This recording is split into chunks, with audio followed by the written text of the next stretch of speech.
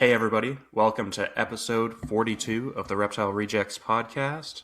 This week we got on Joe DeStephano on. I was like, I was like thinking, I was like, You barely I knew it destroyed was that. right, but yeah. You got it right. You got it right. Most people Alrighty. don't, so that's fair. Yeah, for sure. I was like last weekend, I was like, oh yeah, we're going to have Joe on next week. And I'm like, is it just Stefano or is it DeStephano? Because like I always hear you say it when I listen to you. Right? Let's see how good you are, Michael. What's my last name? Oh fuck! I can't say it with the accent, so it's like it just sounds go for it. wrong I'm every listening. time I say it. I'm listening. I'm not gonna say it anymore.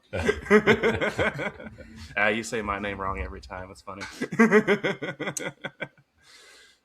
It depends if I have to say it in English or French. Yeah, that's true. So to me, it's right in French. It depends what you say. Anyway, good morning, everyone. Good morning, bright and early. And yeah, it is. It's kind of different. They doing a show in the morning. It's like there's sun, there's everything. I'm not half asleep. I can't even give the excuse after 2 hours that I got to go to work tomorrow morning because I'm not working. Oh, that means we're taking this one all day then. It's definitely. I'll find a reason. Yeah, I think I'll say our sponsor before I forget. 2 hours in this time. Alrighty. So Reptile Rejects podcast is proudly sponsored by Cornell's World. Cornell's World is one of the leaders in North American caging. Greg West will make you anything from custom PVC cages or glass terrariums to your standard PVC cages that you can kind of find anywhere. And then they also carry all the top brands of reptile heat panels, heat tape, spider robotics equipment, cleaning supplies, and all your goodies for Exoterra, Arcadia, Zoom Med. You can find it on cornellsworld.com and place your order today. Also, check out the Western Canadian Reptile Expo. The next show is next weekend, April 18th and 19th at the Acadia Rec Center in Calgary. You can pre-order your tickets online or get your VIP hour pass, which will unlock some good deals first thing Saturday morning at 9 a.m., where a lot of vendors have 10 to 25% off on anything on their table, really. But check out the site for the details and what each vendor's kind of offering, and book your tickets ahead so you can skip the line. It should be packed in there next weekend. So yeah, if you're going to come down, I'll probably see you there. I'll be running around at the Canadian Mouseman table or Cornell's World, or just running around. I think I'm going to be doing vet checks on the Saturday with my friend that's coming out. So yeah, it'll be a fun weekend. Now to the show. Well done. I'm glad I never have to do that. Way too much work. I'd be like, Cornell's World, thank you. And now we move on. So welcome everybody. Joe, I'm glad you're on. Looking forward to this one. It should be fun. Mike, why don't we start with just our usual, what's new with you? What's new in your collection? What's going on? Yeah, not too much this week. Last night I set up the Pac-Mans kind of thing, so I'm going to try those out with a bit deeper water and some like structures kind of in there so that they can kind of get lower if they want to, kind of thing. So I'm going to give that a try. If that doesn't work today, I think I'll do the other thing that the breeder that I know locally kind of did, where they almost he said to angle the egg crate in there so that they can get like really deep and then get so I'm going to try that otherwise and just shim it kind of thing. So that'll be cool. If they go.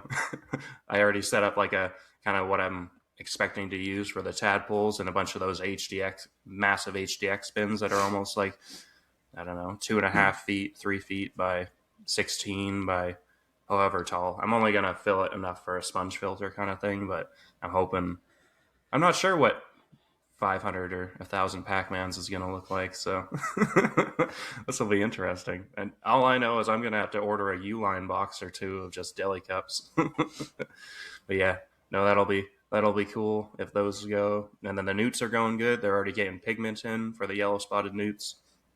I don't know how many are in there either. It's just a little 2.5 gallon, but there's quite a few in there, and they're growing quickly. So feeding them white worms and baby brine, and they're growing like weeds. So those will be cool. Hopefully, maybe I'll even be able to vend a show in the fall if everything goes this year. But yeah, that'll be cool there. Bahamas locked up last Sunday. I'm not sure if I said that on the podcast, but yeah, they were locked up again. And then so yeah, they're still kind of like cuddling each other throughout the week. So we'll kind of see. I don't know. Well, I guess I'll see in September to November if I get baby Bahama bows or not. Cody Joes, I don't think are doing anything for that line. Yeah, black milks in shed, male sub ox in shed. So I think that's like my trigger for starting to pair up the sub ox, and maybe the black milk female kind of is, maybe that's a prelay. I'm not too sure. I've kind of just left them together for the last month and a bit, and they've definitely been locking up. So well, we'll see.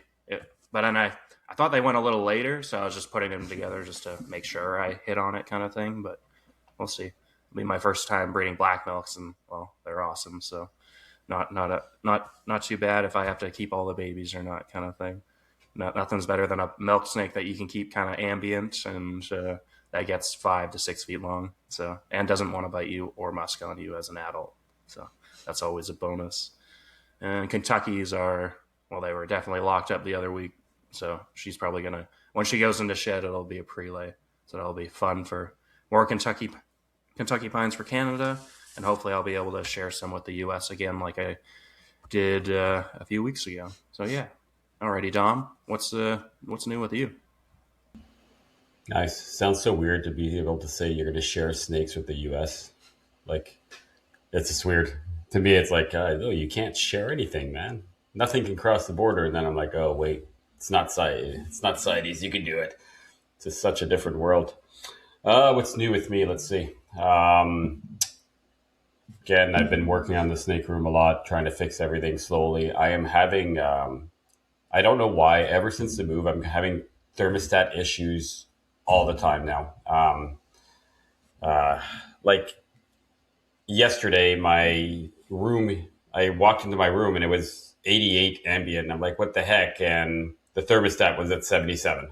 And somehow the heater was still on and just blowing hot air. So I was like, God damn it. So I threw another one of those stupid fucking inkbirds that I hate and put another one on. So again, that one went faulty and I'm down to only 10 left, but I used to have 60 of them. And I've been slowly changing them to herpstats. But the room heater, for some reason, I can't run on a herpstat. I don't know if it's because the wattage is too high or what it is. But I've been having can go pretty. Maybe you just need to get a Sparky to hardwire in one of those other thermostats, kind of thing, and just. Oh, I don't know, but it's every time I've tried it, it hasn't worked. Maybe I'll try again, give it another shot. So I've got that, and I've got multiple herpstats. I've got 2 or 3 6s, 2 or 3 4s, 1 or 2 2s, and. But I keep getting freaking invalid codes on it. All of a sudden you hear a beep and you go look and it's invalid, but the temperatures are right. It goes invalid, then it goes back to the temperature and then it stops for 2 hours. Then I get 10 invalids in a row and then it stops, but it's so annoying. And it's not one thermostat. It's 4 or 5. And I've been having these issues ever since I moved. After unplugging everything, replugging everything. And I've tried everything. I've done each, I basically have towers of cages, right? 5 cages on one stack and then each stack. And I think I have 3 stack that every now and then they just keep giving me these stupid invalid errors. And honestly, I don't know what it is. Or the inkbirds give yeah, the herpstats. So, and I've tried everything. Or did they, or were they still did they save the information when you unplugged them and replugged them in? Because I find when you sometimes with a quick power outage, they'll save they have I think they have some sort of battery backup or memory. But then obviously if you unplug it for a couple days, when I moved, they all kind of reset basically. So maybe yeah, I've done the master. Yeah, I did the master reset on 2 of them. It fixed some of the issues, but some are coming back again. So maybe I don't know. And maybe it could be the board or the fuses would just go. There wouldn't be any in between, I don't think. So I don't know. And if I switch to probes, I've got extra probes. I can switch one probe to another, right? And the problems are still happening anyway. it's just annoying. It's so much like tinkering and everything, and it's been ever since the move. So it's been ongoing for like a month now, and I still can't figure out why. And because like you switch things and then it works, right? So how can you test something when it's working? So you're stuck waiting, like, and then all of a sudden, an hour later, you start hearing it, and you're like, "Oh, damn it!" And like every time you're moving a whole stack of 6 cages forward to be able to have access behind it, the whole thing's a freaking pain in the butt.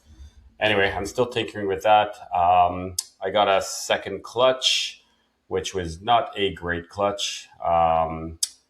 My one of my pure coastal pairing, I have a female that's a hypo caramel tiger, which I bred 2 years ago to my super caramel exanthic and produced like all these crazy babies that I've been raising up that are the big faux pas that everybody tells you not to do. Don't mix caramel with hypos.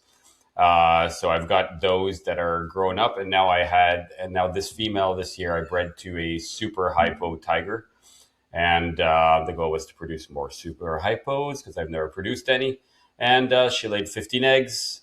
13 were slugs, maybe 12 were slugs. There's 3 that had veins, but one of the ones with the veins I don't think is going to make it because it's almost like a boob egg. There's more slug than good egg in that, if that makes sense. So there's 2 that still look good, but one of them already has green on it from the good egg. So I don't even know if I'm going to hatch one. So kind of sucks because, that would have been probably one of my better clutches of the year that I was looking forward to. So yeah, there's always some good, there's always some bad. So right now I'm actually not doing great. Out of 2 clutches, I've got as many slugs as eggs that were deposited. So yeah, that's for that. I've got, I think I'm actually going to produce 2 clutches of inlands this year, which might be a lot, but both girls are like 100% I can feel the eggs everywhere. The other one is massive and I can feel the bumps. So might have a good amount for that. What else is new? Yeah, except for that, sending a lot of freaking snakes out.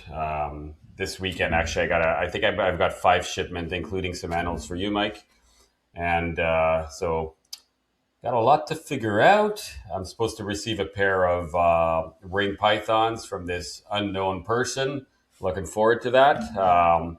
Never had rings before, so I'll be happy to do that. We made him a nice little trade with Mike, and somehow it worked. So I get to have snakes that I want. He gets to have snakes that he wants. So I think it's a pretty good deal. That's kind of what's going on here. Let's start with you, Joe, before we actually go into everything. Look at this freaking crazy little thing. So, Joe, what's new with you, man? Not a whole lot, Well, I have one good thing. Yet, as of yesterday, I have my first clutch on the ground, which is also always fun. Some bamboo rat snakes, my first cockside clutch of the year. My second female is gravid as well, so which I saw yesterday. They're actually very, very easy to see when gravid. I've noticed I could literally like pick up and look at their underside, and I could see the eggs through their belly. So like I saw the 4 eggs in this girl, and she gave me the 4 good eggs. So it's kind of nice to be able to kind of predict that. Of course, you don't know whether they're good eggs or bad eggs, but they looked pretty good. They looked full and plump in her, so I figured they would be good eggs. But that's my first clutch incubating. Waiting on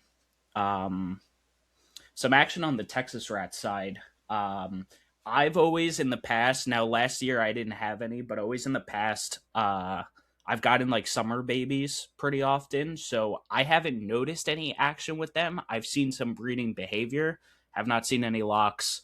I don't think I'm getting eggs quite yet, but I'm hoping over the next couple months I start getting some eggs because I've been putting quite a few pairs together and just pairing around. Nice. Yeah, I love the cock's eye on that. Like they're definitely one I've thought about doing. There's not too many people up here doing Oreo Cryptophis, right? Like you get the odd couple that's random. Like there's like one ball python guy in BC that I think he has a pair of Yunans. Okay. And they were So he'll have a couple of those on the table, and another person, maybe they weren't. I don't think they were lats, but maybe they're Yunans again, kind of thing. Even down here, if you look, I'm just quickly going on Morph Market right now. There are 44 bamboo rat snake ads total, and that's between all four of the subspecies that are available. Like, so even here, and granted, like, that's all the trail end of 2025 baby, so sure, but like right now, because I've been looking, like, the last two cocks I have left from last year, that's 2 of 7 ads. So all things considered, it's really not a lot. And it's interesting because they're actually quite easy to breed, and maybe I shouldn't give away those secrets, like, but they're pretty easy to breed and they're very fecund. So I should be hoping for a lot of babies this year between both females. Yeah, because like will they triple clutch or do they just double clutch? Okay, yeah. They definitely will triple. Nice. Yeah, no, they're and like what's better than like a cockseye? like a nice orange snake with a black stripe going down the back. Like they're and you can keep them ambient, like basically like ambient, so they're moist. Yeah. It's like any of those Asian rats, like Mollendorfi, cockseye, Russians. Although Russians will definitely use a hot spot if you give them like a little bulb kind of thing. But all that Diones, like they're all in that like range where you can keep them. I don't know, 70 to 77. Oh yeah. Like, obviously, if your room gets hot for a day, it's not the end of the world, kind of thing. But also, if they drop down into the 60s, they'll be fine. That's okay too. Right. And the cockseye. I was just gonna say they stay small. Like they do well in like as in a apartment snake or however you want to put it. But like they're getting 3 feet max, and like 3 feet is probably stretching it because if I had to guess, all my adult animals are between 30 and 36 inches.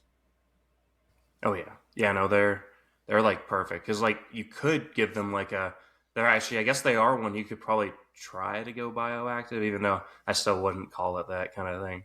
It'd just be like a nicer naturalistic kind of thing because you give them like one of those Exoterra 36 by 18 by 18 or whatever, and kind of put some plants in there and some stuff, and they probably and just have it because if you have AC on or you live somewhere like just anywhere really, like just find a nice not hot spot but also not like find a nice spot in the house and you might see them every once in a while.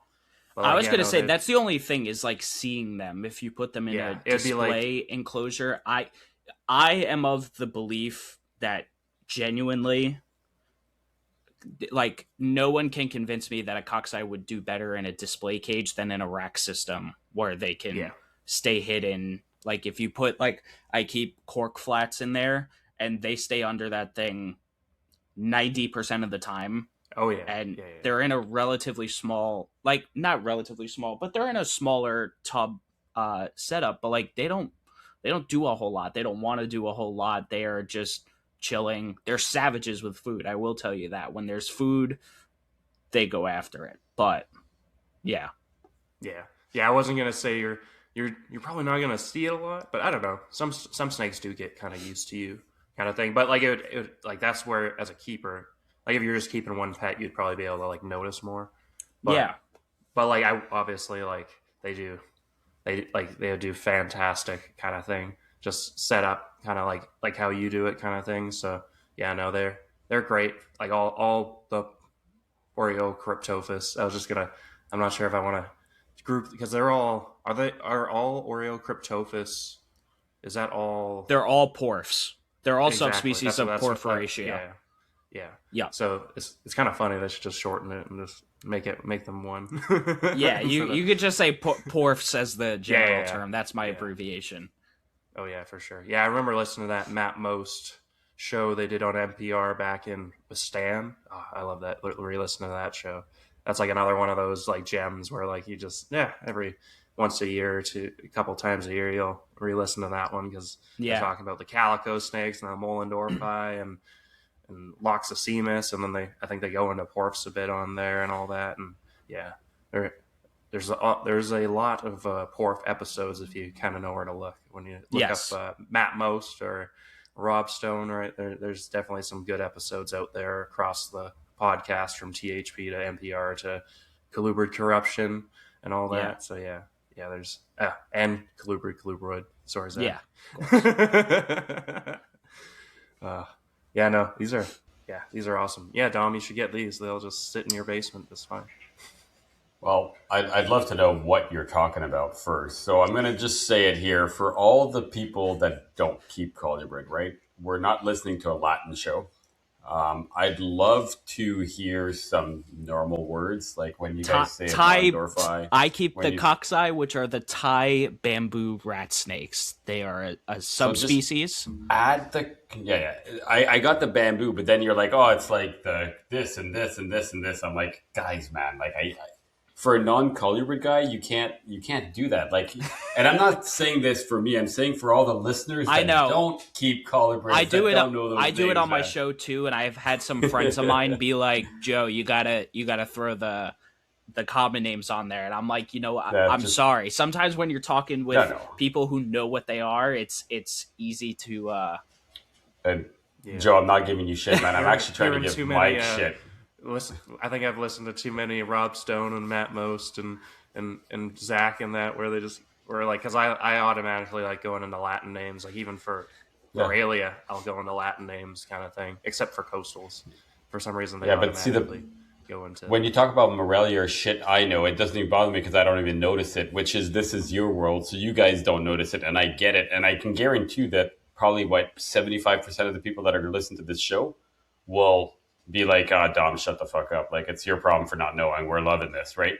But the other couple of people like me that might not know it, I'm trying to follow, but I'm missing so much of this info.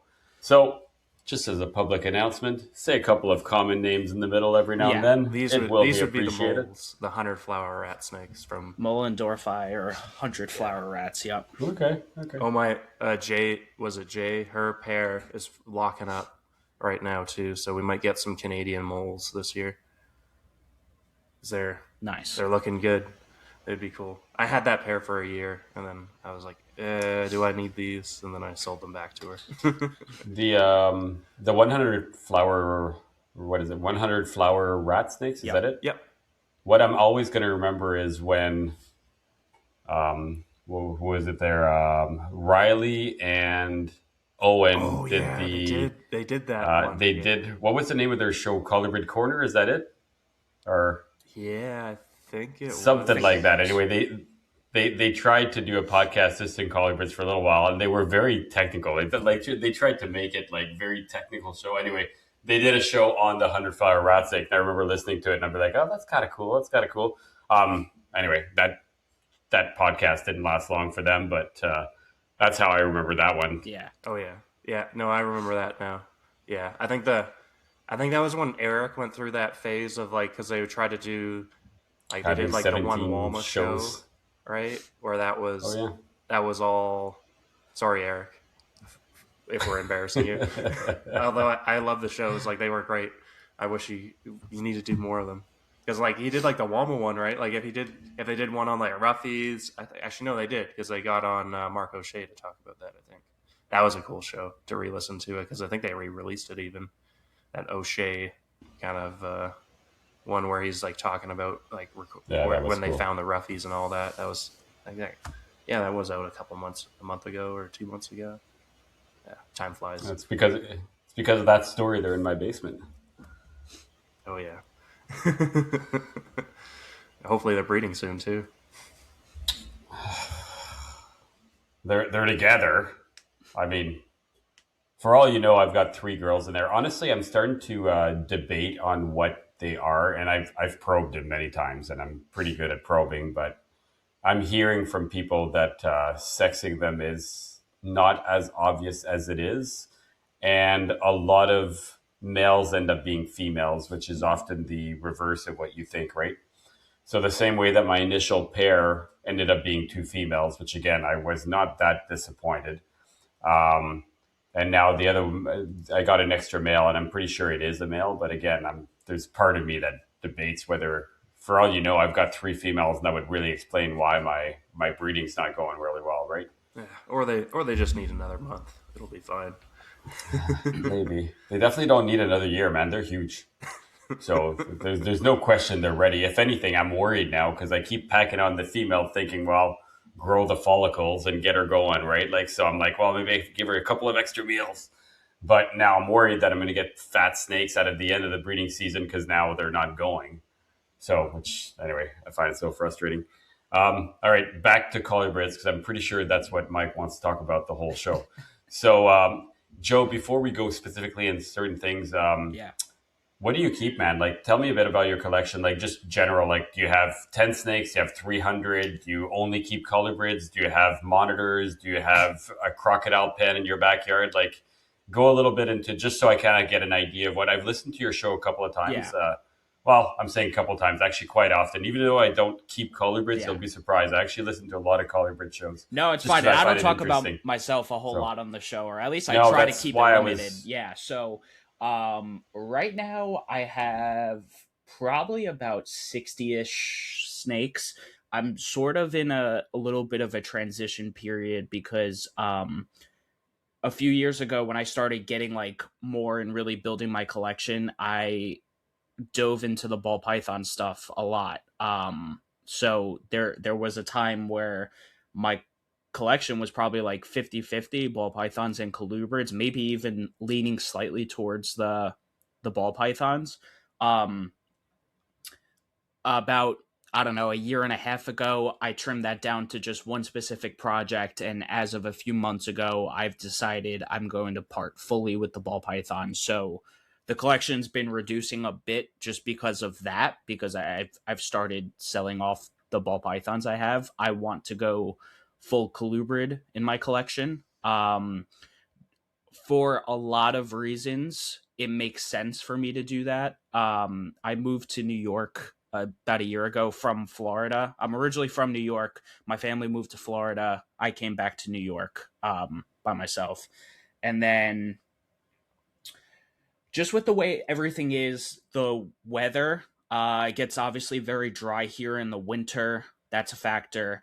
Trying to keep the room heated then during the winter for the ball pythons, but then also trying to like brumate the colubrids, I found to be difficult.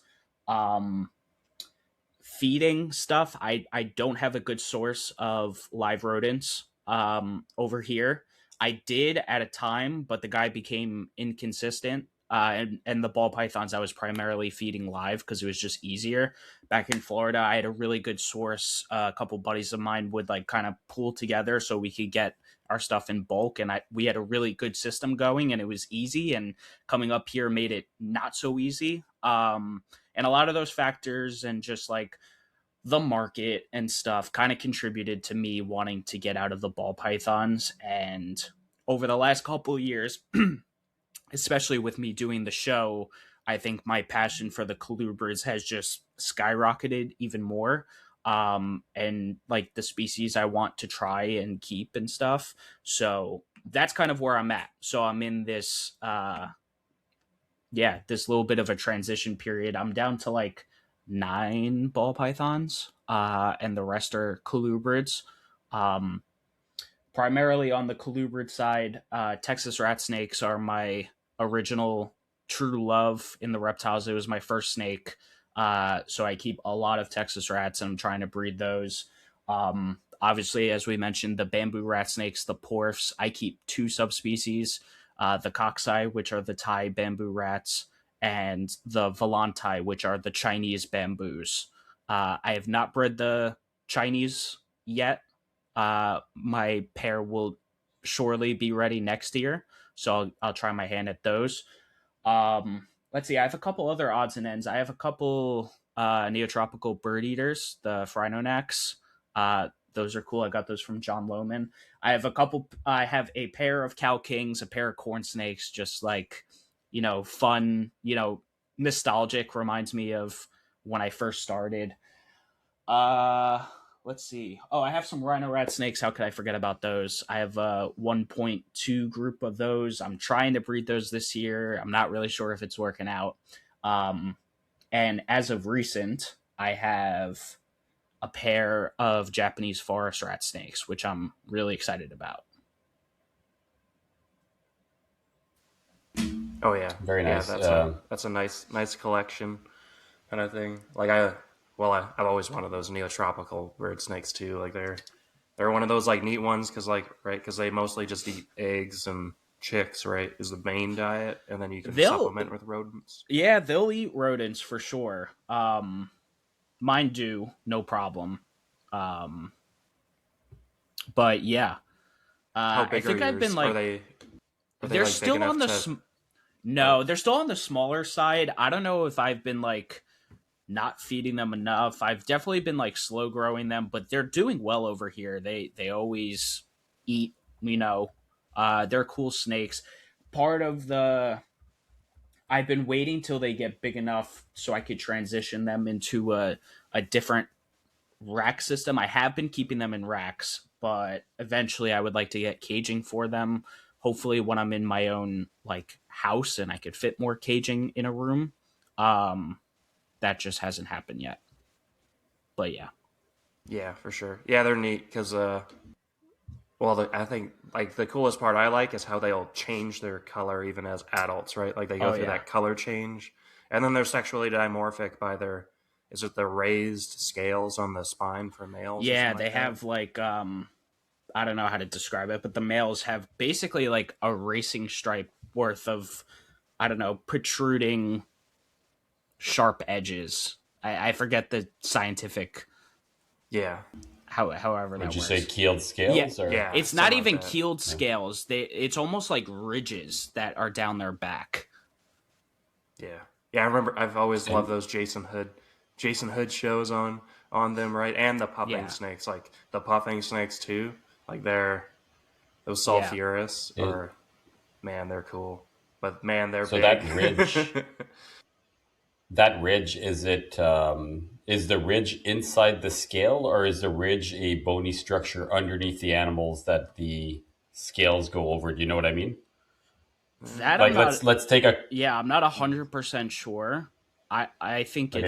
it's Zach, interior. if you're listening, answer our question, please. I'm just curious because, like, if you take, for example, like I'm saying scale, but the scale of a crocodile, right? The osteoderm, the bony plate is inside each of the scutes or the scales. I don't know, it's skin, right? Crocodiles is skin, right? Or is it considered scales, or is it considered, yeah? I'm All not right, too sure. That it's would probably called be a question for osteoderm, Braden. so whatever it is. But the point is the bony plate is inside the scale. So I'm just wondering if you've got this groove.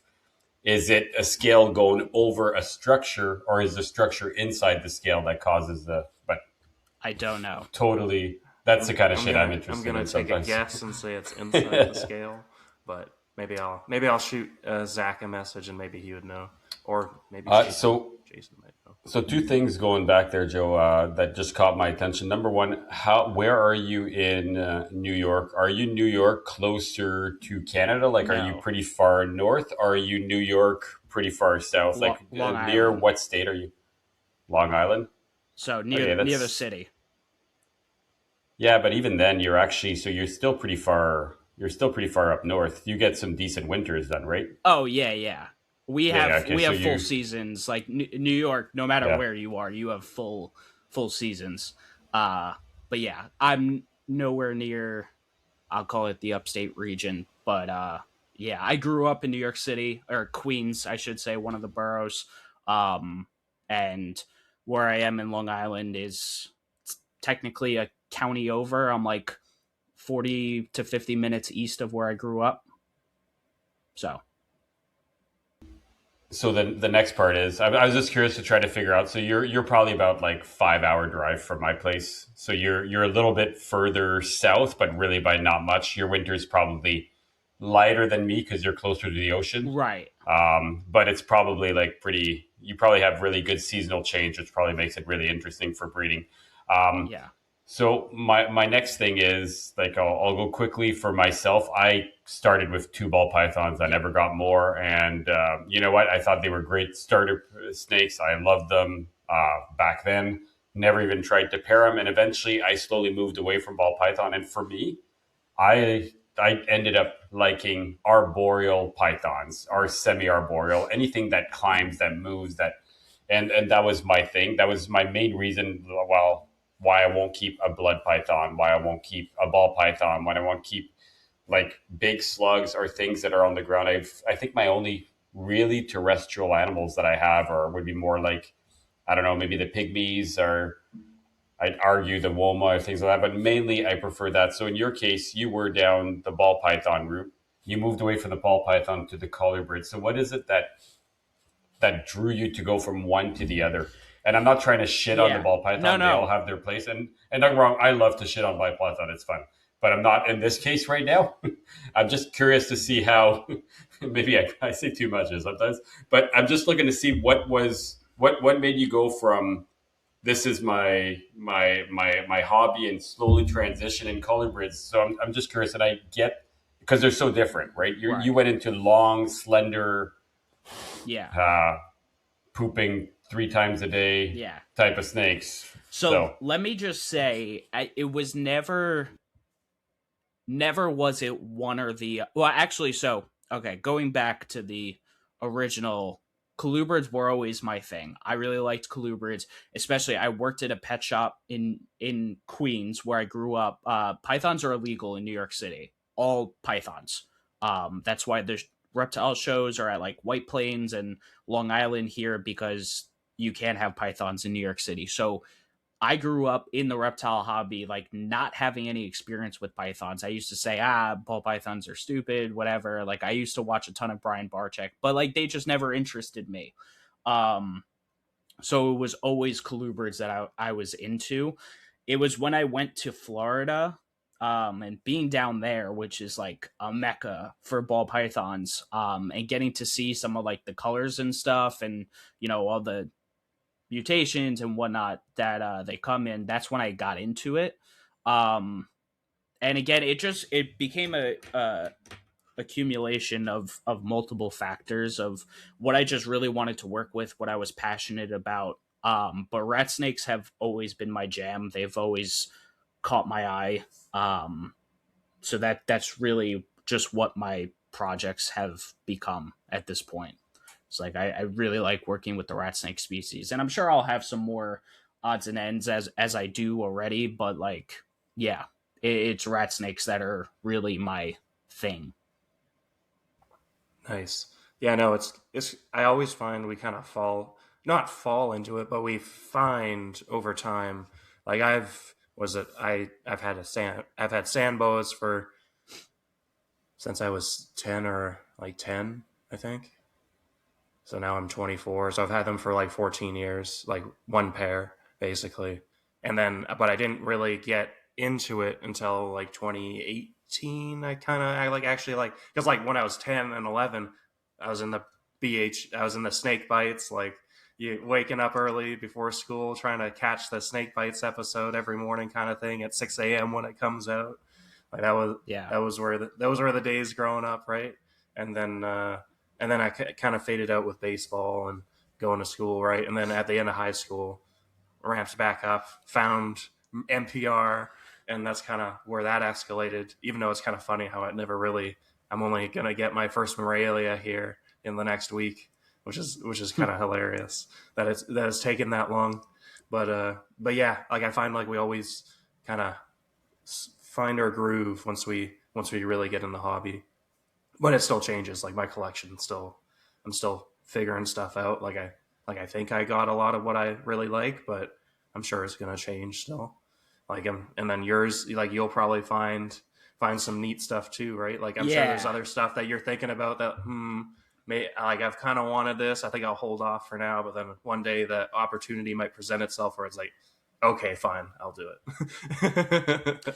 Yeah, right now I'm in a little bit of a kind of cooling down period with my collection, because what I'm really trying to do now is hone in on breeding everything that I have, and breeding everything that I can. So yeah, I'm just trying to kind of work that. It seems I have the bamboo rats down, which is a really nice step in that direction. Hopefully next year I'm able to get the Chinese subspecies to go as well. That'll be a nice notch in my belt. But then it's like, figuring out the rhinos, getting Texas rats with consistency. And again, last year having I had none last year, so unfortunately I've had this like weird break in it. But I want to be able to be like consistently doing stuff. I can't have these little one-offs in my head for what I want to do and the projects and goals I want to achieve with this stuff. So yeah. Yeah, for sure. Like, I think it's always good to have a couple of those. Like you have the one pair of puffing snakes kind of thing. Like that's always good to have. Like just like a Yeah. pair of this. Like that's what I have. Like I have a pair of Angolans. Like could I get more? Maybe, but like I'm kind of happy with just one pair because I'm not like I'm just keeping those just because of what they are. Like I want to give them like some kind of cool. Maybe deck out like couple cages for them eventually, right? And just kind of not naturalistic, but like I don't know. I remember that Dave Coughlin video he did at somebody's collection where they like did a whole bunch of like kind of I don't know what was it. They just like did something kind of like not artsy, but like like one they had like a rat snake cage that they kind of made look like a barn kind of thing, like something like that where like you put your own touch to it, Nice. not naturalistic, but like one of those. But yeah, like I'm not sure where I was going with that, but All good. If so, my thought about this is that there's nothing wrong with keeping all these different species, right? And the whole goal of it. So my observation is that I figured out when I really like an animal is when I breed it, I reproduce it, and then I want to breed it again. And then after the second time, I still want to keep going, right? So if I take, for example, the pygmies, which have been they've been a pain in the ass, let's be honest. Like it's been a struggle and it's been an uphill battle. And I've been keeping pygmies for almost 8 or 9 years now. And I've produced a good amount of clutches. I think I'm at like 6, 7 clutches, maybe even more. And I sold my first babies this week. Just so we're clear, the first ones have left and have landed and actually arrived alive. And after 8 years, I have made my initial investment back. For the first time, I'm breaking even on the pygmies. Okay, but I still want to keep them, right? And that's what tells me it's a species I want to keep. And then one, but I only have 3, and it's more than enough. I have a 1.2, and I don't need more than that. But if I look at the Angolans, they were cool. I bred them 2 years in a row. And I was like, yeah, I'm going to send him to Shan. He can have fun with them. He can breed them. And they were still mine too. Like we bought the trio together. I just kept them for 3 years and bred them twice. And then I just had enough. It really didn't do it for me. As I said to him, he held on to them for 2 years. He bred them once or twice. Honestly, I'm not sure. And then he was the same way. He was like, yeah. And then we moved them on. And, so I find like, if you have a species, especially when you're breeding just a normal phase or nothing morph and all that, you still want to keep going with it. You can tell that it's like the passion. There's true when there's other ones that you're like, oh, it's cool. I checked it off a notch off the belt. I never need to keep those again. Like as a joke, I always tell myself one day I'm going to need to have a pair of ball pythons because I've never bred ball pythons. I've never put a male and a female together. I've kept ball pythons for about 10 years when I was really young, Yeah. but I never put the male and the female together. So I've never bred a ball python. So as a joke, I could do it, but then I'd have to keep 2 ball pythons for a little while, which would be, I don't know if I would be allowed to, or if I would let myself do it. So I don't know. But you keep all these odd species, but like the pair of specific animals that I'd like to say which pairs you have that are like, you only have a pair of this or a pair of that, but for all you know, one day you're going to breed those and be like, I freaking like these, and your pair is going to grow into a trio or a 2.4 and blah blah blah, and then you'll figure out really what it is. And other ones you'll be like, yeah, been there, done that. Right. Like, I mean, I'll even say like, there are people that are full on corn and like king snake breeders, and I don't consider myself that guy. I picked up a pair of corn snakes a couple years ago.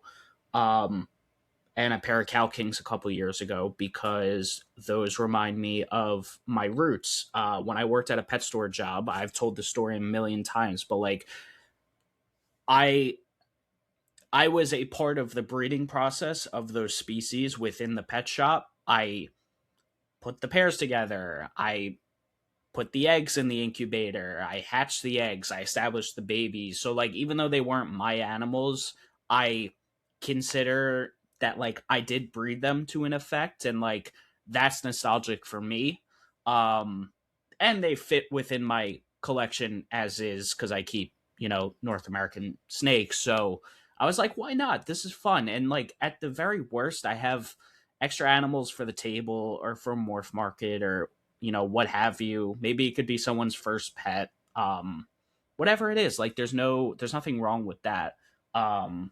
So yeah, I mean that's what those are kind of about. Bird eaters and like the Japanese forest rats are a different story. Yeah. The bird eaters, I know I will not be getting more than a pair. I can say that right now. They hate me. They're like, I don't know. I like them. They're just, yeah, they're assholes. Yeah, how are those are conspics, right? The forest rats. Yes, Yeah. Which locality again are they? Are they? I have the Honshu locality. Oh yeah, those are nice. Yeah, Yeah. I've always wanted them. It's just like they're a big investment for a Yes. snake that, not that they're not going to do well, but like they're like, from what I've heard from other people that have kept them, like you got to keep them cool, and and they probably won't eat every time, kind of thing, and they go through their, like, it's like, not that they're, depending on how your mindset is on keeping them, right? Like it might not be a big deal because you're like, they're not going to eat for this portion of the year, and as long as I keep them here and they do eat kind of sporadically, like they'll be just fine, kind of thing. So I got that pair from Matt Most. Matt's very aware of my collection. I've bought many snakes from Matt, and my cockeye came from him. My like breeding trio of cockeye came from him. He's very aware of what I have, what I keep, how well everything does in my room. And like I asked him, I was like, dude, I'm interested in these. Do you think I'll be able to keep them? Because I was worried because they're in the same genus as mandarins. Mandarins are they can be a very sensitive species to like temperature, stuff like that. He is like, no, you'll do well with these. He's like, they're a little bit shy as feeders, which for the male actually is totally not true. The male's a little savage, but he's That's like, good. just set them up like this. Cypress mulch and some sphagnum moss, keep them moist. You're gonna want to just put the food under like a cork flat and leave it overnight, which worked, and they've been doing great. I'm like, okay. So now like I sometimes it is hard with that first investment if you don't have any other animals that are within their realm of care that are like easier to keep. You wouldn't know. I definitely would not have made that purchase or even like considered it if I wasn't already doing well with the bamboo rats. Yeah, exactly. Because I know they like need the similar-ish conditions. Now the Japanese forest rats, they definitely do need to get colder in the winter, whereas at least the cockeye, the Thai bamboo rats don't particularly need a brumation. Most people do it, they don't need it. The forest rats need to get colder. Yeah. Oh yeah, the Rob Stone story of when he accidentally got them a little too chilly when he was living in Michigan, and he was like, "Yeah, they were alive, but they felt like hard rubber at that point." I think that was on, or he might have told that story a couple times, but he told it on the Porphyratia roundtable I did. Oh yeah. I think he said it. Probably back in an NPR show back in the day. But yeah, I remember him also re-saying it there. Yeah. That's always a funny story. Nobody died, so it's all good. Yeah. I've never actually tried to say that genus name with the mandarins that I think John knows what mandarin rats are, and yeah, and there's a couple other cool species in that group too that I think. Or maybe I'm thinking of another one. But Europe had some of those like ones that are in Kevin Messenger's book now that the weren't in the hobby. Yeah, I'm not sure if those were in. Yeah. That's what I'm thinking of. But then I'm also, for some reason, those the green one that's in there, that's in the other one of the other genuses from China, is now in Europe. I think. Forget which scientific name that is, but no, they're neat. And mandarins, I think they seem like also like a pretty straightforward snake from what I've heard. Like even my buddies bred them. Actually, there's another pet store in BC that bred them. Like they're they're cool. I just wish like people had like the pure localities up here kind of thing.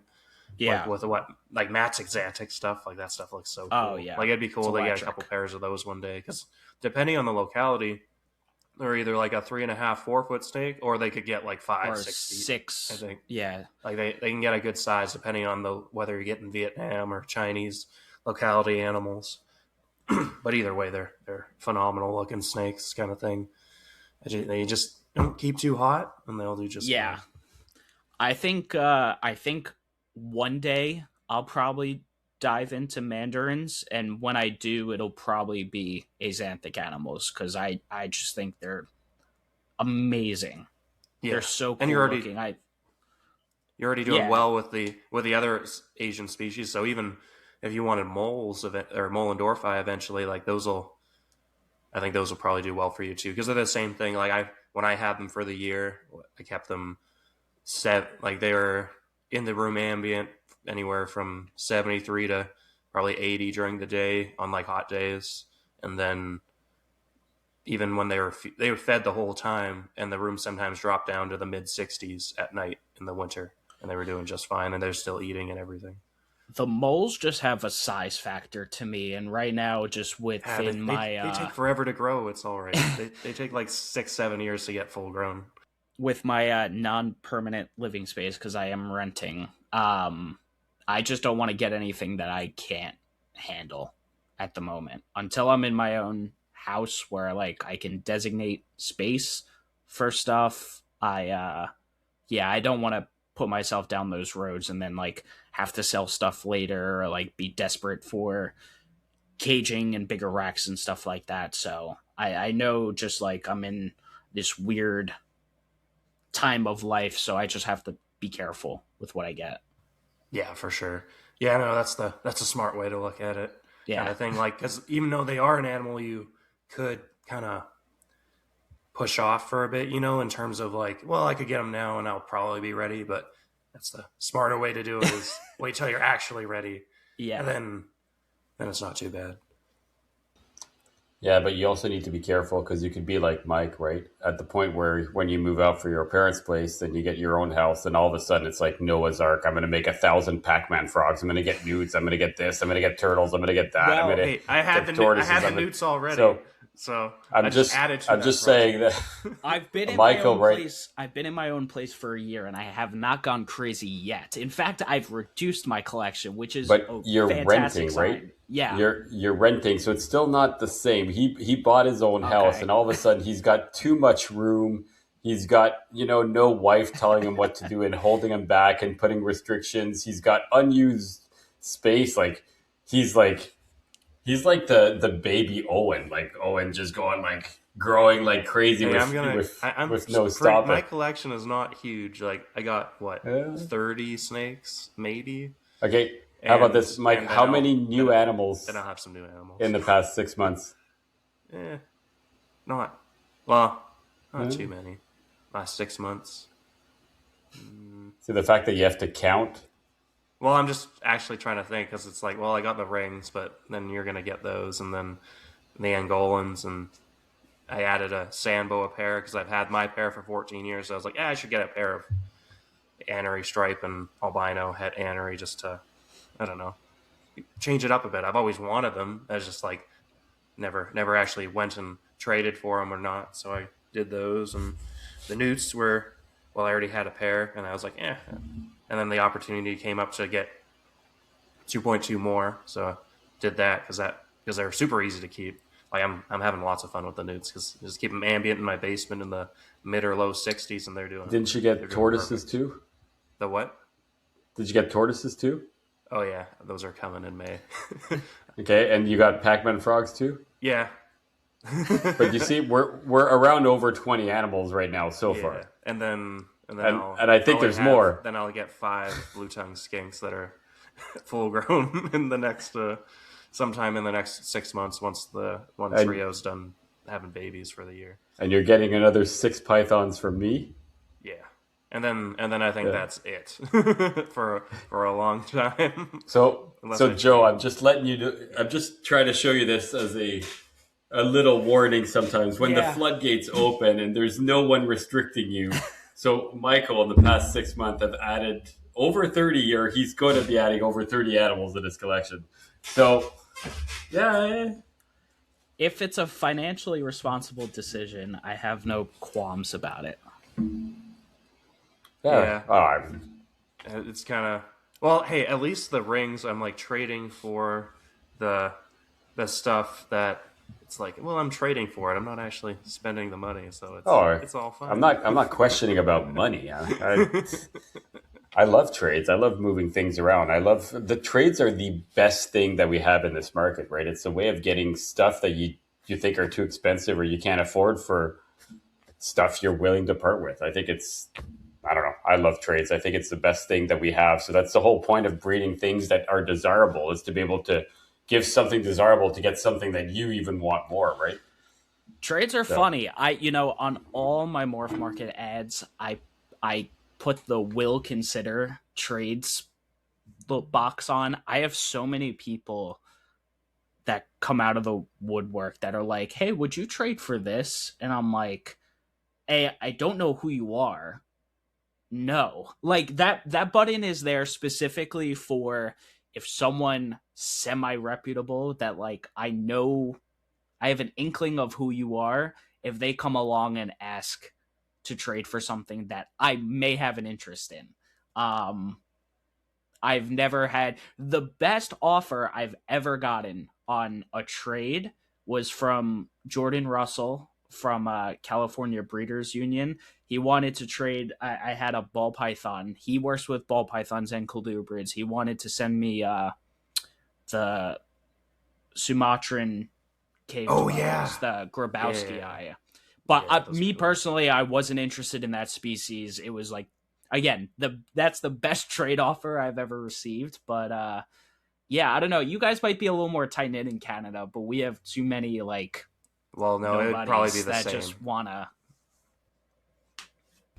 If you're doing trades, you're doing trades with people you trust. Let's be honest. Like you're not doing it. But me, it's when like I don't really put up ads. I tend to not do that because I hate selling. Yeah. But I've received the weirdest trades. We're more talking about like, can I get those two snakes, and in exchange I'll give you a rack for a Mazda CX-3 for my car, and you're like, I don't even keep a Mazda. Like, I don't even know what the heck this comes from. Like, you get sometimes the most random thing. You're like, yeah, I've got an extra like truckload of cinder blocks so you could build a new foundation, and you're like I've been offered the weirdest things. You're like, yeah, cash only.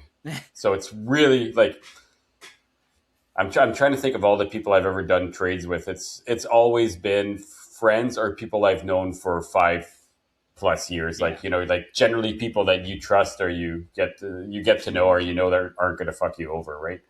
So, and that relationship gets built over time. Like Mike, I think it's our first trade that we've ever done, but we haven't even known each other that long, right? Trying to think. It's not even been that long, so I guess it's true. And you know what? The funny thing about Mike, did you know that I've already sent and sold a snake to Mike many years back? I'm thinking like 2 or 3 years back. And it is the only 2 times ever in all the shapes of the snakes that I've ever shipped that the snake died on the way there. Right? And I always remember that. I'm like, you're saying you didn't keep Morelia, but man, you bought a jungle from me a long, like, what is it, 2 years ago or 3? I think it was around there, right? It was 3 or 4. It might have been 2022. 3 or 4? Okay. So, and I didn't even know him back there. I didn't know who the heck this guy was. He was just like, there was like out of nowhere. I messaged you and was like, I want that ocelot zebra or whatever. I think that's what it was. And it arrived dead in the box there. And like, when you think of all the random things that happen, and it's like, you sell to people sometimes, man, like, who knows, right? The FedEx guy just took it off the plane, put it on the floor in winter. I don't even know if it was winter or not. Or it was summer. Left it on the, well, and it makes you wonder, like, what the heck happened, right? But man, it happens. And that was my first experience with Mike, right? And I could have treated him like crap. I could have been good. And I don't even know what we did. I think I actually think I lost money on that. So I refunded you, and I refunded you the shipping too. You Yeah, you didn't even question it. You were just like I sent you the picture and then you just refunded. Well, you offered me Angolans, which I honestly should have taken. I should have taken the Angolan offer on that, but yeah, no, you were great. You literally refunded me the snake and the shipping, which I would have understood if you didn't want to refund the shipping, kind of thing. It's one of those things I've learned is that losing one snake is so like it sucks because now I lost my animal, I lost my money that I would have made, and I lost $150 of shipping because I paid his shipping. So I'm in like the double negative. Yeah. But of course, with Mike, it makes no difference now because we'd be laughing even if I treated him like shit now, right? Right. But with other customers, you'll do that sometimes. And if you don't do that kind of stuff, man, that one person is going to post so many negative things and cause you such a bad that it's just not worth it. So I don't know. Like, do you sell a lot of your animals, Joe? Yeah, I sell everything. Yeah. I post a lot on Morph Market. I've made some decent sales on there. I've never had like a huge inventory, but I've made sales, no real issues. I had something that came up a month or two ago where a guy inquired on a bamboo rat snake. This dude was, I know he's not listening to this podcast, so I really don't care. This dude was like from, I don't know, one of the southern states. He literally couldn't type for shit. Like it was like hillbilly type. I don't know. Couldn't type for shit. And he bought the snake. We agreed on a shipping date. He said, I would prefer this date. That's it. That's all he said. I said, okay, I can make that work. No problem. Long story short, snake got delayed, right? So with FedEx, as you guys probably know, it usually gets stuck at Memphis or Indianapolis for an extra day, and then it gets sent out the next day. Well, this guy goes on a whole rant that he's going away the next day. He won't be able to pick up the snake. He's like, will it survive until next week? I'm like, no. So I hop on, I text Morph Market. I'm like, hey, I need the snake routed back to me like now. Morph Market was awesome. They were able to make it happen. Snake came back to me, but the guy, he kept asking for me to send the snake back. I'm like, dude, that's not happening. You were way too irresponsible. He tried to be like, I can make it. I could be available. I'm like, you just said you were going away. Like, this is not happening. This deal is off. And because of my store policy, 20% is non-refundable on sales. And from my point of view, he backed out of the sale after he spent money. He put the animal in harm's way as well. So I refunded him whatever the remaining percentage was, and I did not refund him shipping because I essentially had the animal shipped back to myself. And I don't think that dude was savvy enough to try to do anything about it or like report me to Morph Market. He claimed he was reporting me to Morph Market. I don't think that happened, but Morph Market had the situation anyway because I was in communication with them. That's the closest to a mishap that I've had happen, but yeah. Yeah. It's interesting, man. I don't even know how I would handle that. It's yeah. And again, so I go back to the customer service and the fear of how one negative review can have compared to you can have 1,000 good events and nothing really comes out of it. You get one negative and it can just cause so much headaches.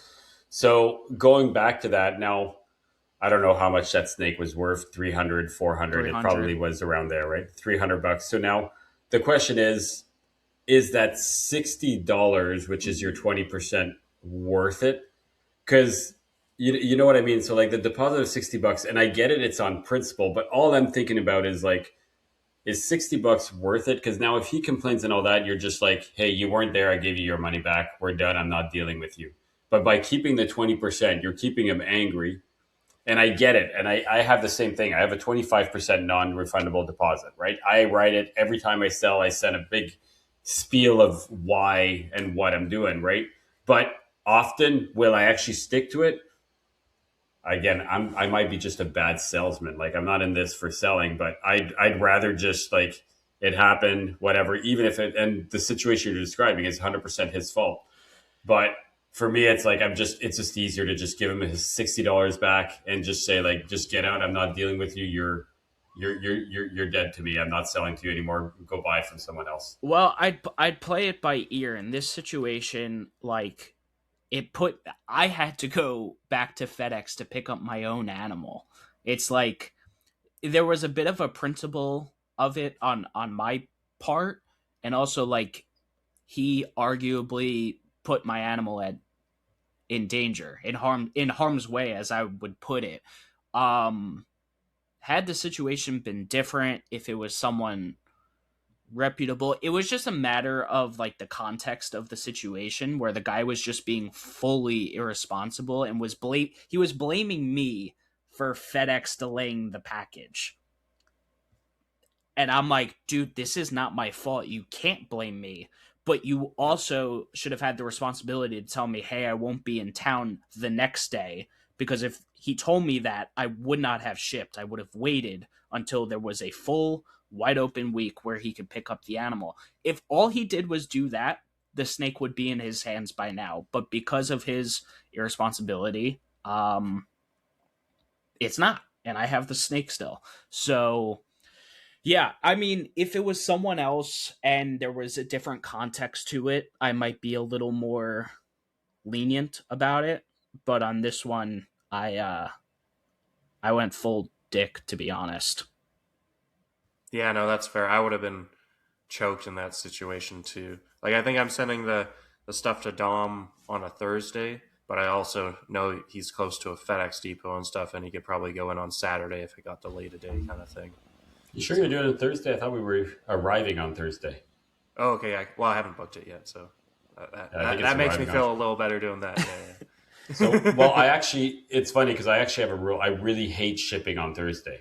I think shipping on Thursday is a mistake because then if it arrives on Friday, there's no backup, right? And it gets a lot more complicated. Are technically open on Saturday, but it's more complicated, right? It can just be more problems, right? If you ship Wednesday to arrive Thursday, you're fine because then it's never more than 1 day delayed. Let's be honest. Like that's usually the problem. And if it's going to be more than 1 day delayed, it's lost. It's going to take a week to find it or it's going to be dead. So I like to ship Monday, Tuesday, Wednesday, and that's it for arrival. Yeah. So have I done it before? Of course. Like I've had people where I'm like trying to tell them like you realize it's a risk, blah, blah, blah. And what sucks is that if you ship on Thursday and it doesn't arrive on Friday, it's still on me, right? Because I don't know about you guys. I give a guaranteed live arrival. Like it's one of those things. It's a risk that I do and that I take onto me, and it's not even my fault. Like if I send it and then, you know, the person at FedEx just starts shaking my animals and playing football with it and doing a pass with the box, and then it arrives dead, it's on me, right? So it's kind of one of those things that sucks. But I actually put like a time limit on there, and I think I need to amend it a little bit because there are some people who wait till they're out of work to go pick up the animal, which to me at that point it becomes you don't know when the animal died and for why.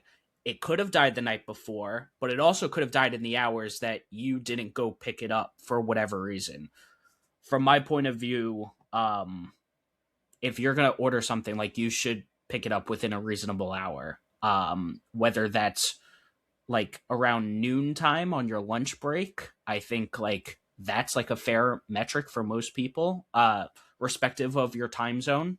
Because it's based on when your hub opens, right? So yeah, it's weird. I don't know. It gets tricky sometimes, and sometimes you have to play.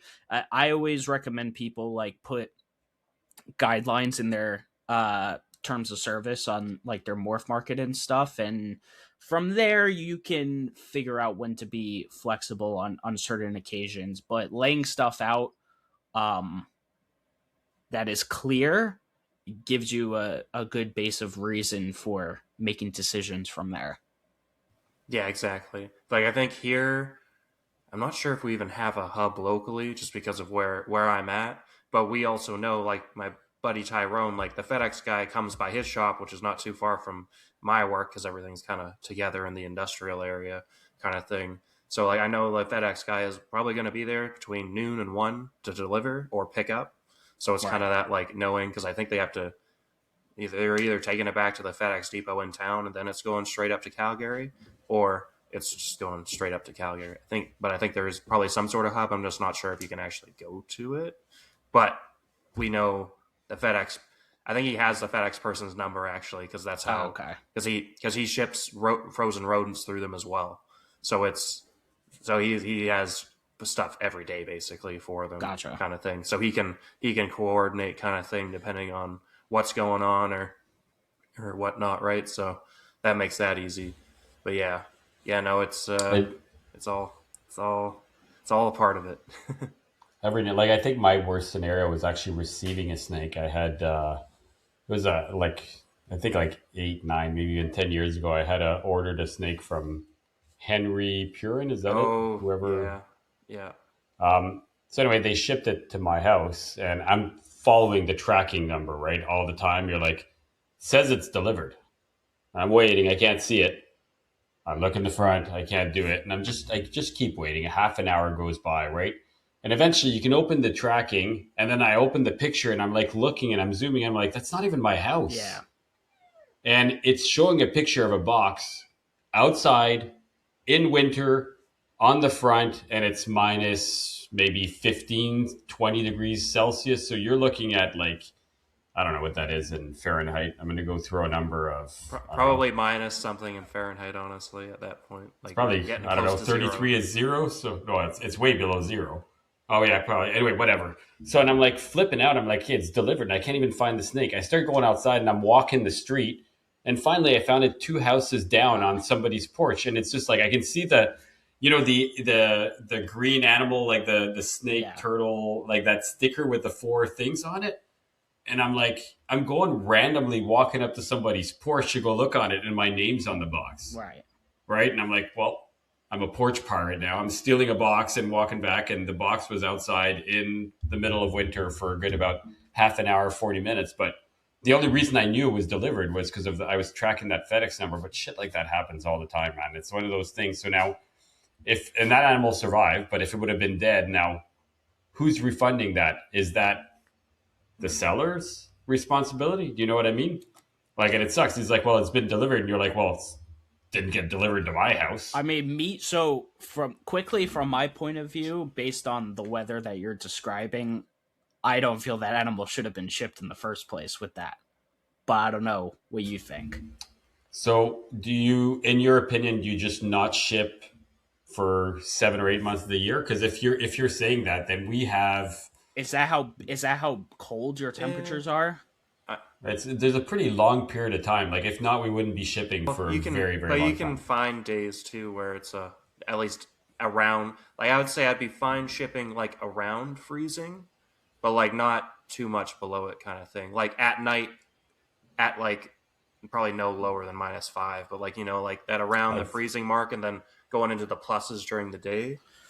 But at that point too, I'd feel better about going hub to hub kind of thing rather than it being out for delivery at that temp. Like hub to hub for those temperatures, I'd feel pretty good about kind of thing. But then but that's, you just have to, like, you need to use the 1 inch thick insulation, and you gotta pack the animal right too, kind of thing, and make sure that heat pack's working.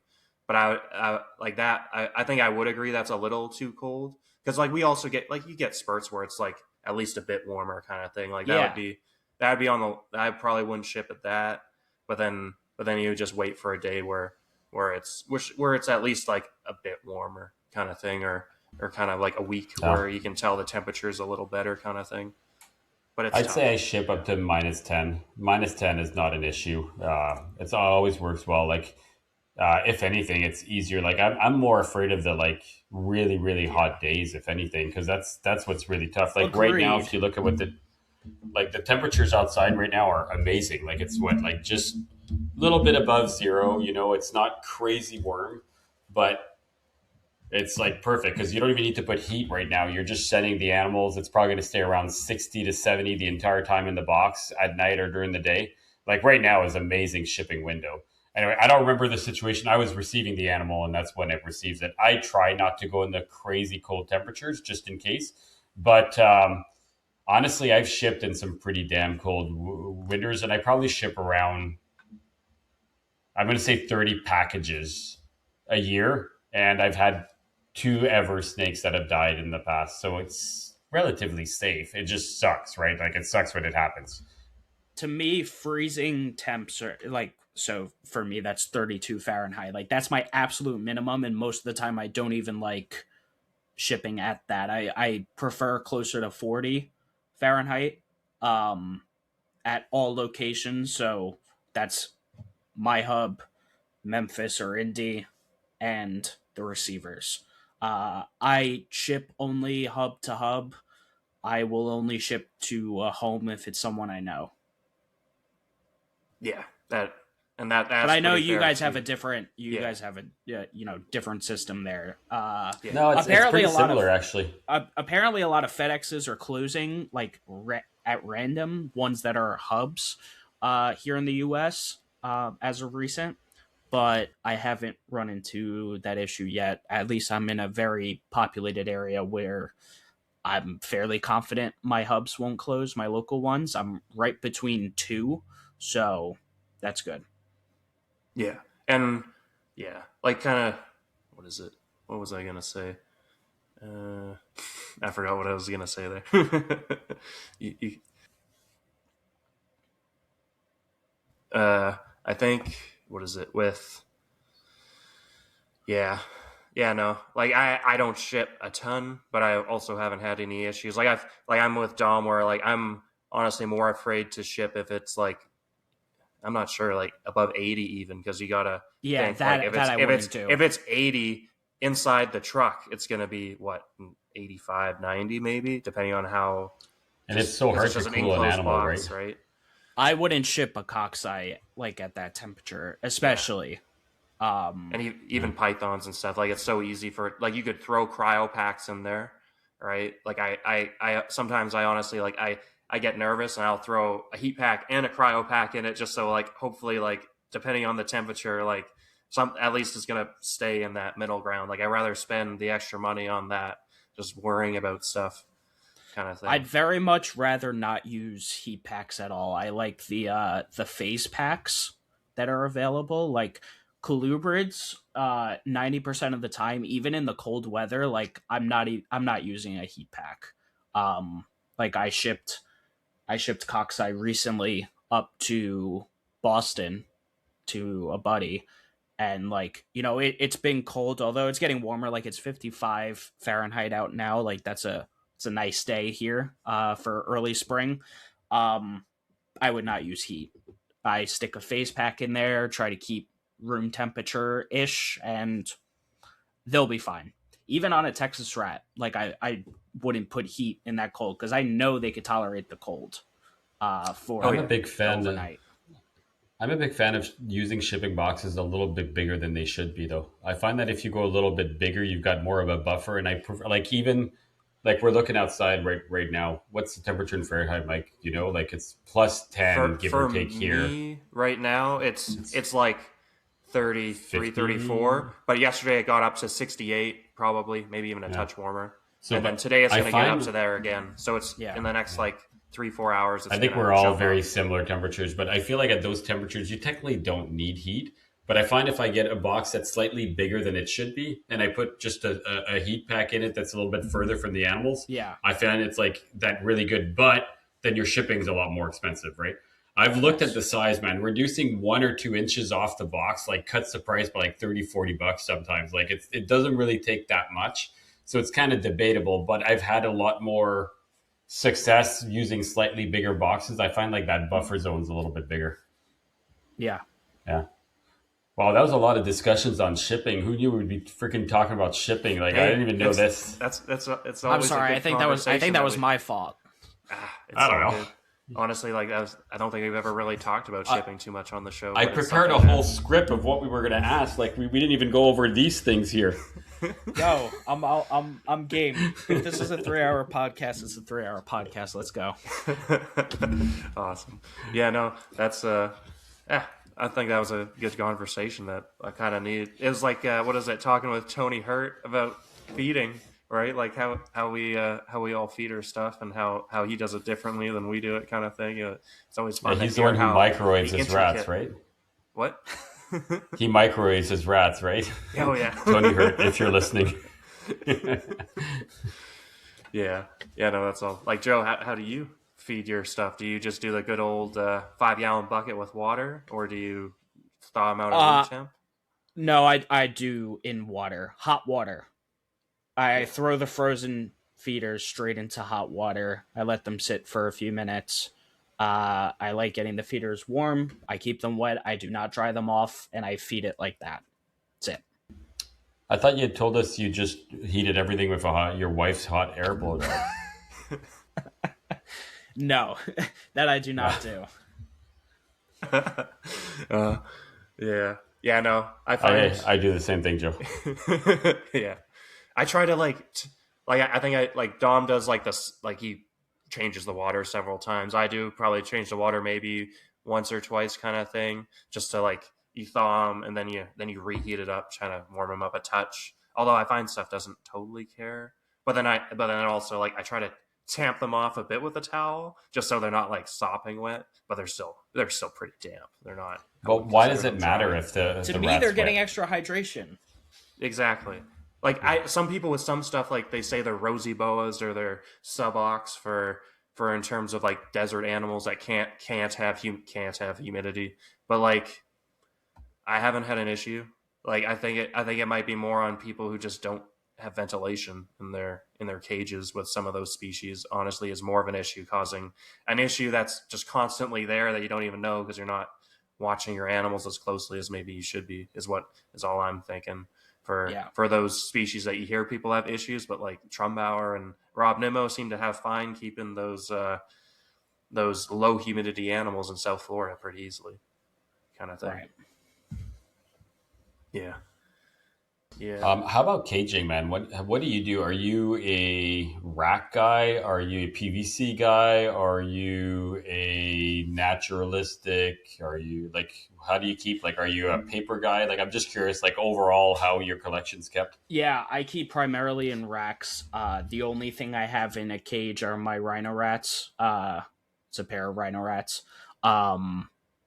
In terms of like substrate, I like using.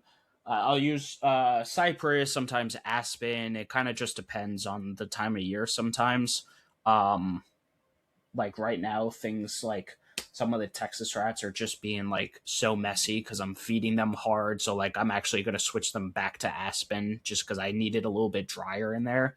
So yeah, primarily rack keeper. I have just like PVC racks at the moment. I've never invested in the infrastructure of like ARS or Freedom Breeder type stuff, but yeah, that's kind of the gist of it. I keep everything primarily ambient. The only stuff I've given supplemental heat to actually are the ball pythons I have left. So, yeah. And what does each bin look like? Like, I assume that everything is somewhat similar with minor changes per species, but are you an empty bin with a water bowl? Are you an empty bin with 3 hide spots, humidity boxes, like For some branches things, everywhere? yeah, Nothing. I tend to give some type of hide, whatever it may be. That could be, the black, the reptile basics or whatever it is, like hide boxes. That could be for a smaller snake. That could be a paper towel roll or a toilet paper roll. That could be a flat piece of cardboard that I stick in there. Some snakes like using that. I've also do you flip what Ty does actually to get his corns and like everything to lay. Honestly, he flips that hide upside down and puts sphagnum in it, and they'll use it as a lay box. I haven't done that before. I'm actually thinking about taking out the hides for now. I don't know if that's causing like I don't want to say like distraction, but like there's just especially with the pairs of Texas rats, they're just like shitting so much because I'm feeding like big meals right now, and it's too much extra in the racks right now. So I think I might remove them for the time being. When you know they're having their pre-lay, you can just add in or just make the whole bin a lay box basically. Right, yeah, pretty much. Are you talking about like breeding, reducing all this stuff in a cage for breeding or laying?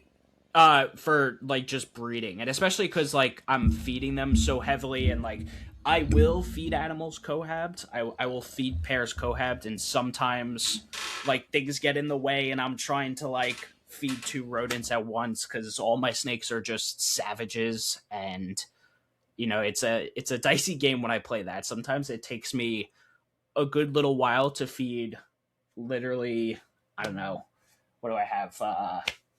Like 12 to 15 adult Texas rats, just because I'm trying to like navigate between feeding pairs. So yeah, I'll separate a couple, just depending on how food aggressive one or another is. Do you ever feel like I'm similar to that when I breed? I like having the simplest of the most basic cages because I feel like the more stuff you have in there, the less successful you are. And I think it causes too many like blockages, whether it's like just line barriers. Of sight. Yeah, exactly. That's what I meant.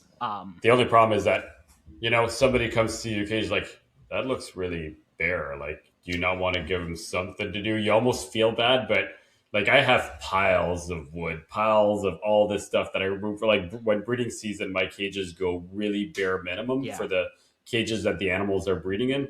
And I've just noticed that it just seems to be a lot easier, a lot better. The animals are peeing and pooping, more peeing much more often, right? Because you often get like the male that goes on the female just lifts her tail, pisses all over. And it's like, I find that it's a messier time. Yes. And having all that stuff is just more complications. Yes. And it's one of those things where eventually you're like, it's just not worth it. Why do I have all these extra, I'm going to go with furniture in the cages. You know what I mean? Yeah. So I totally get it. But some people don't get that. They're like, no, well, you should have things. You should have, what's that stupid term that people use always? Enrichment. You should have all this enrichment. It's like, well, the enrichment right now is the breeding. Like, I don't need to throw in different furniture pieces right now. Yeah, listen, I'm a private guy. It's not like I have people in my collection. So when it comes down to it, I really don't care what people have to say to me. I know my animals are healthy. I know I'm taking care of them well. If they're breeding, they're healthy. So, if people have something to say about that, they could say it to me, but will I care? Probably not. We've been judging you since the start, Joe, so it's all good. That's all right. Yeah.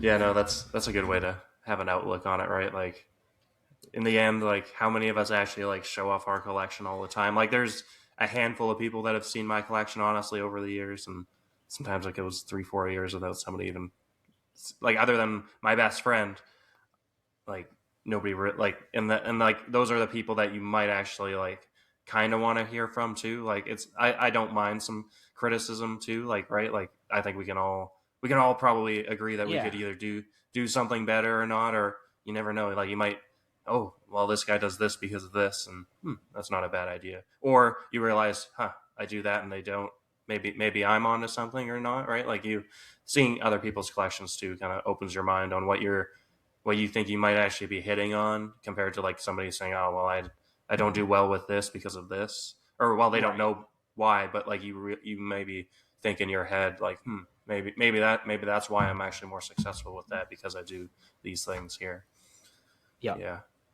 That's the part I love about the hobby, or well, not that specifically, but like the tinkering with stuff. I love like the tinkering, maybe not massive adjustments, but like trying to figure out the best way to do things. Yeah. Like,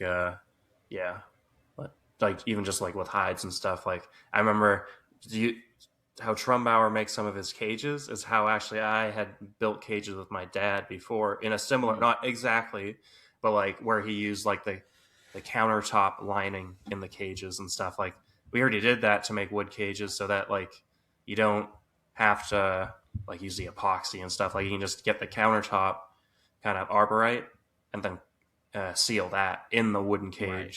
And then as long as you're not like dumping gallons of water in there, like you can clean it. It looks clean. But like those cages should last you like 30 years because you built them well, even though they are wood. So you gotta like make sure you do not have any like mites or anything, right? So like no real quarantine in there, but there's no reason you can't do that as a keeper. And like I like doing my fun like kind of do it yourself stuff too, but I also love my PVC cages because they are a lot lighter and they're a little easier to sterilize kind of thing. But yeah, I love I love doing those things, or making like Trumbauer makes his own wood hides, which I made one kind of like a little different, but like you can knowing what you can play with and what you can actually get away with too. It like gives you ideas in the future of how to maybe do some different projects in your room eventually, kind of thing. So yeah, no. Have you got Craig on yet? He's been on so many podcasts that I forget whose he's been on and who he hasn't. Like I want to have him on too to talk Kentucky Pines, but then he's been on so many others that I don't want to bother him, kind of thing. I'll be honest. I'm a little intimidated by Craig, and he has absolutely no idea who I am. Like just zero. Same here, right? That's how I feel. So I'll meet him at Colubrid Fest at least, and maybe he'll come on from there. But yeah, we'll see. Yeah, I think Dom, like Braden, I think has him he's probably gonna come onto his show soon. So like maybe it's not that hard to get him on. It's just like he's been like, I was like thinking earlier on in the podcast to get him on like maybe a few months ago, but then as soon as I think Zach or Clint said that he was gonna come on once the book, because I was like, hey, it's probably better if they do the show with him kind of thing and do it all good. So like maybe eventually I'll like I like to spread stuff out too. Like I found with the podcast, like there is a bunch of people we've had on that are like the regulars, you want to say, like in podcasts, but I really want to start as Canadians, like getting some of those Canadians that nobody's heard of that are doing like the same thing or some different stuff that we haven't even heard on podcasts would be kind of neat, because we got some like frog people and some like just some like odd, and like there's a few tortoise people, but then like we're gonna have Anthony on too, so that's gonna be awesome. Like I kind of miss like I don't know, I love like everything about herpetoculture. Like I love the Shalonian stuff, I love the caudats, and then I love obviously snakes because that's mainly what we do. So yeah, no, I love the whole thing of like as a podcast. That's why I think I made the podcast more like the Reptile Rejects and not just like the Python show or the Canadian Reptile Podcast. I want to leave it as open as possible, kind of thing. Have you found it, or you go, Don? I was just going to say, it definitely gives us leeway to go a little bit more into anything, right? Like you, obviously, we've actually haven't talked about your podcast, right? But you're a Colubrid podcast, right? So you've targeted a little bit more. In our case, we can kind of go anywhere, but let's be honest, we're snake people, right? Like really, that's primarily what we keep. And yes, Mike could say we're doing a turtle show tomorrow, and I mean, I'll be a little interested. I'll show interest, but I know fuck all about turtles. Like I've taken care of turtles for a very long time. Like I worked in a reptile zoo for 10 years that had over 1,000 animals. I've taken care of every single reptile, but it doesn't change that. Like turtles aren't my thing. They're cool. Right. I liked it, but you know, you do a show on certain things. There's certain animals that I have more interest, but at least it gives us the option of kind of going a little bit everywhere. But I just wouldn't do if he told me we're doing a turtle show once a month, I'd be like, yeah, you're going to have to start finding a new host. Cause like, I don't know what the heck to talk about eventually. Right. So in your case, you're even more targeted. So, but you know what? Actually, let's go into that. Why'd you start the podcast, and why'd you do only colubrids? Like, let's talk about maybe the history of that real quickly. So at the time, I was a part of all these like ball python circles and stuff, and like, you know, obviously I was keeping the colubrids, and I felt every time I was sending a picture of a colubrid in like a group chat, people were just like, "Oh my god, what is that?" Like just like so crazy impressed. And I was like, there's all these like live streamed ball python shows, podcasts going on all the time during the week. I'm like, this doesn't exist for Colubrid. Sure, CCR existed already, but it was a pre-recorded show. It was once every 2 weeks. And I was like, this is a gap I could fill. I could do a live show. I think I have the capability to do that. And I want to show, because I'm friends with all these ball python people, if I get them to watch the show, maybe I could get them corrupted, so to speak, and show them the good word of colubrids. So that was the entire mentality behind the show and where the name kind of came from. I wanted to show all these brand new ball python breeders that literally have no idea what these species are, which is just like mind boggling to me. Like some of these, like, no offense, some of these ball python people literally just don't know jack shit about anything else. And they're like tunnel vision at ball pythons. I'm like, how can you enjoy reptiles and just not have an idea? Or you claim to enjoy reptiles, but not have an idea about any other species. It's just absolutely mind-boggling to me. Sorry, Joe, I got to stop you. And on this show, we don't bash ball pythons, please. This is not no. I had to do it. Sorry, go ahead. Keep going. Keep going. It's great. Like even when like I was in high school and I used to say like I hate ball pythons, like I was still watching snake bites and like listening to Brian Barczyk. Like I knew about this stuff. I knew that the spider gene was like bad and like, you know, it has the wobble and stuff. And I knew about these things. And then as I started to get into ball pythons, I realized how much I already like subconsciously knew about the different morphs and stuff. And then it just became like more learning from there. But yeah, the whole idea was just to bring more people over to the colubrid side of the hobby because I thought it was needed. Over time, the podcast has grown a lot. I'm really impressed with the growth that it's had. Like I'm always tracking like the viewership and stuff and average viewers, and that continues to go up week over week. And yes, I do have a niche podcast. Sometimes I bring on guests that have experiences with other stuff, and sometimes we talk about those. But yeah, it's good. I'm not mad that I don't have a general reptile podcast because I don't know enough about other species to have intellectual conversations about them. I even say all the time I feel bad on my show because I'm such like a rat snake guy. I definitely show favoritism towards rat snakes, although they're a gigantic group to be fair in terms of like amount of species and whatnot.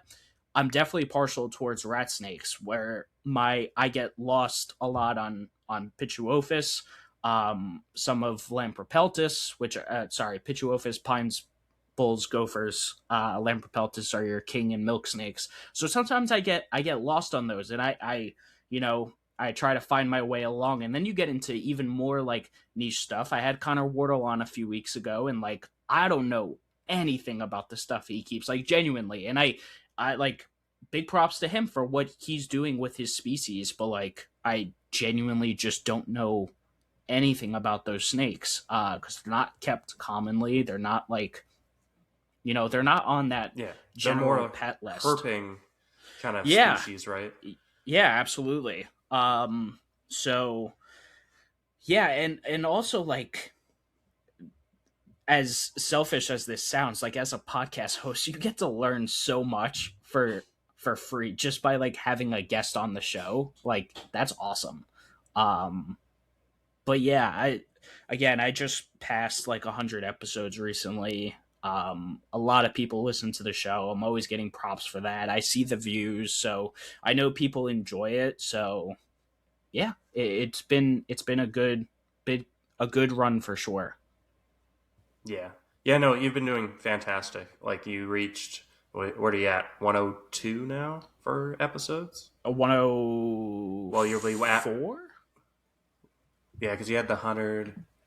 Yeah, you're probably, and then your next show will be coming out on Sunday, right?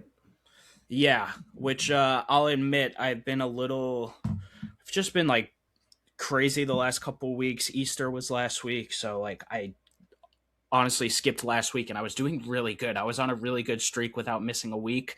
I skipped last week and I think I'm going to go solo tomorrow. but it is what it is. And then I'm going to be away next week, so I'm not really sure what I'm doing, but we'll figure it out. Yeah. And you do your show, you're on your own, right? You got no co-host? Correct. So that's where like I find that a bit tough. Like I love having Mike on with me because we have both very different interests when it comes to snakes, right? He's got his broad base, which is all the colubrid things, which let's be honest, I'm kind of a dimwit when it comes to that side. I'm more on the Python side, but both of us together have kind of like those two different niche. But Sure. if you look at every podcast, whatever people talk about, like they always refer back to their experience with their animals that they're keeping, right? So the advantage is we kind of have those two different aspects and it gives us two different point of view. You're going to talk about rat snakes when you're talking about somebody else and always comparing it to that because that's what you know. We do the same things, right?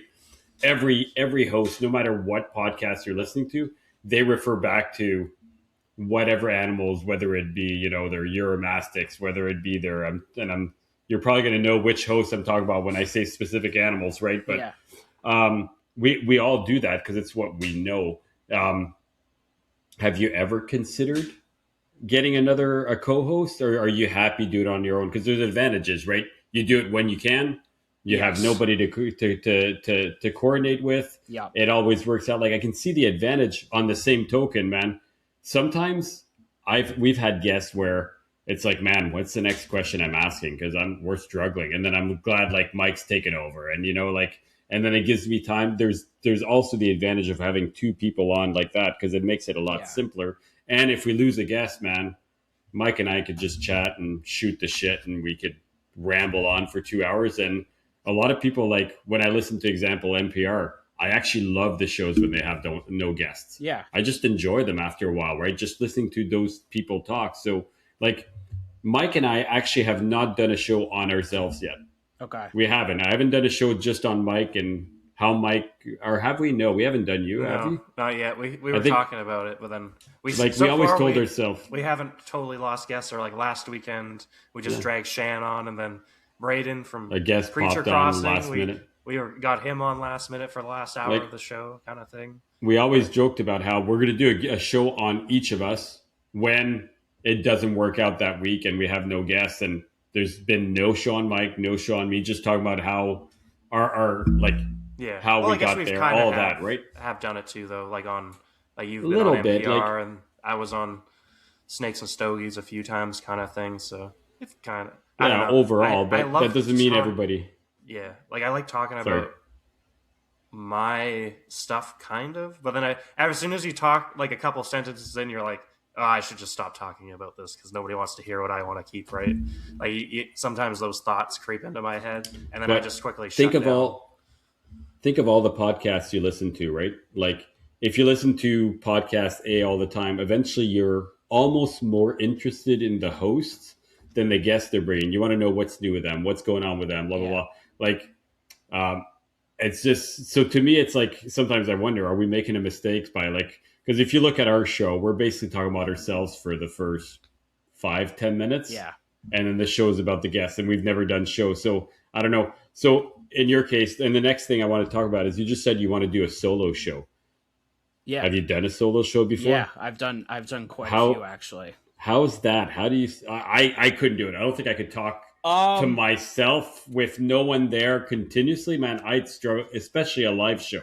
My issue is that I'm a New Yorker and I talk fast. So if I have a topic, I breeze through it a lot faster than I actually want to. And then I keep looking at the time and I'm like, how can I stretch this? So I don't know. It just depends. And then sometimes on the solo episodes, if I actually have good feedback in the chat, it really helps out a lot. If they're like asking me questions, if we're just like kind of going back and forth, I use StreamYard. I know you guys use this this platform, but the StreamYard with the YouTube chat is really helpful. I don't have a huge live viewer base. I have very few consistent people that are always there, and then some people jump in if they're not busy or whatever, but it's good.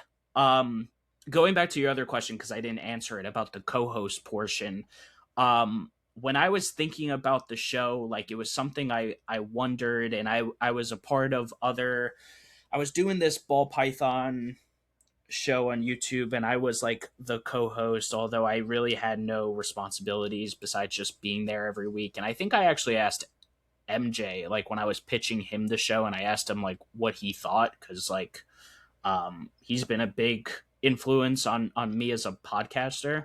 And he was like, dude, do not do a co-host. He's like, this is your show, make it your show. He was like, don't rely on anyone else. You don't want to get messy with that stuff when it comes to things. And I was like, okay. And I took that to heart, and I've never considered adding a co-host, and I don't think I will.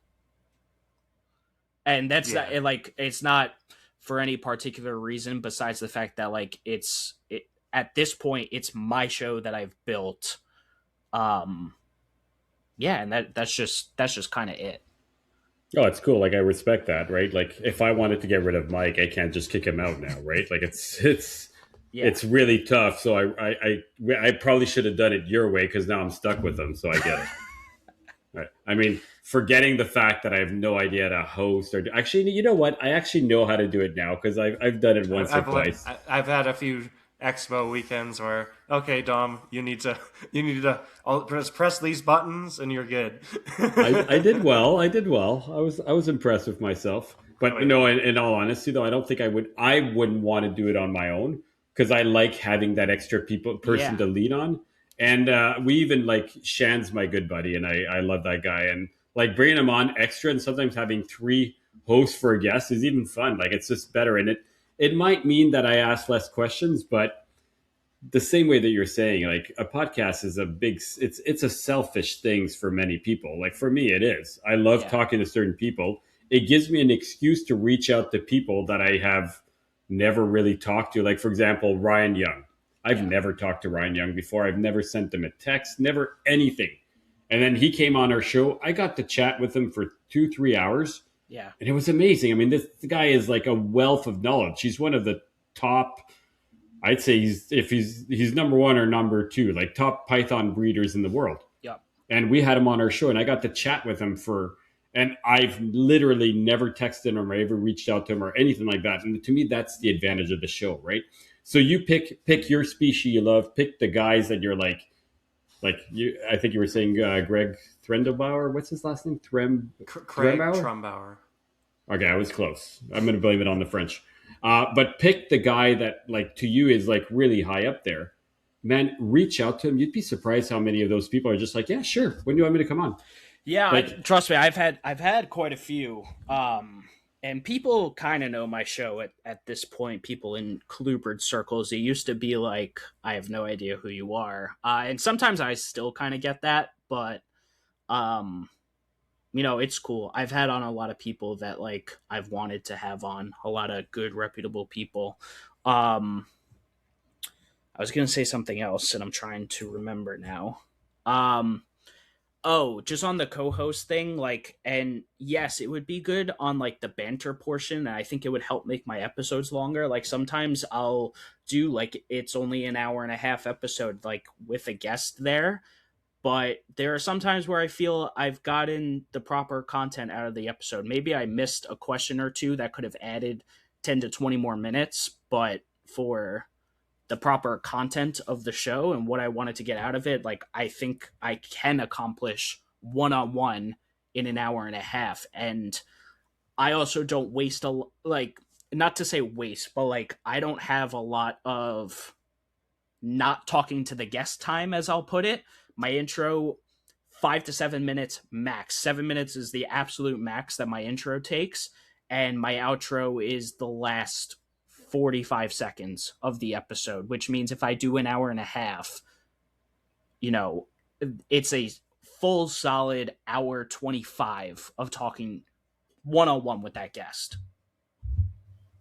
Yeah, I found I did one show by myself the weekend that Dom moved, a couple weeks ago, with Brian Box, the big Alterna guy down in Texas. Actually, you would have a good show with him. He was fantastic to have on, because I guess he's a retired school teacher now, but he's a big herper out in West Texas. Yeah, no, he's a fantastic guy. That was my first show by myself, and there was definitely parts where I felt like I was struggling, but then I don't think like Dom said, it was a great show, but like doing it, I almost wanted to rush through the intro because it's like do I?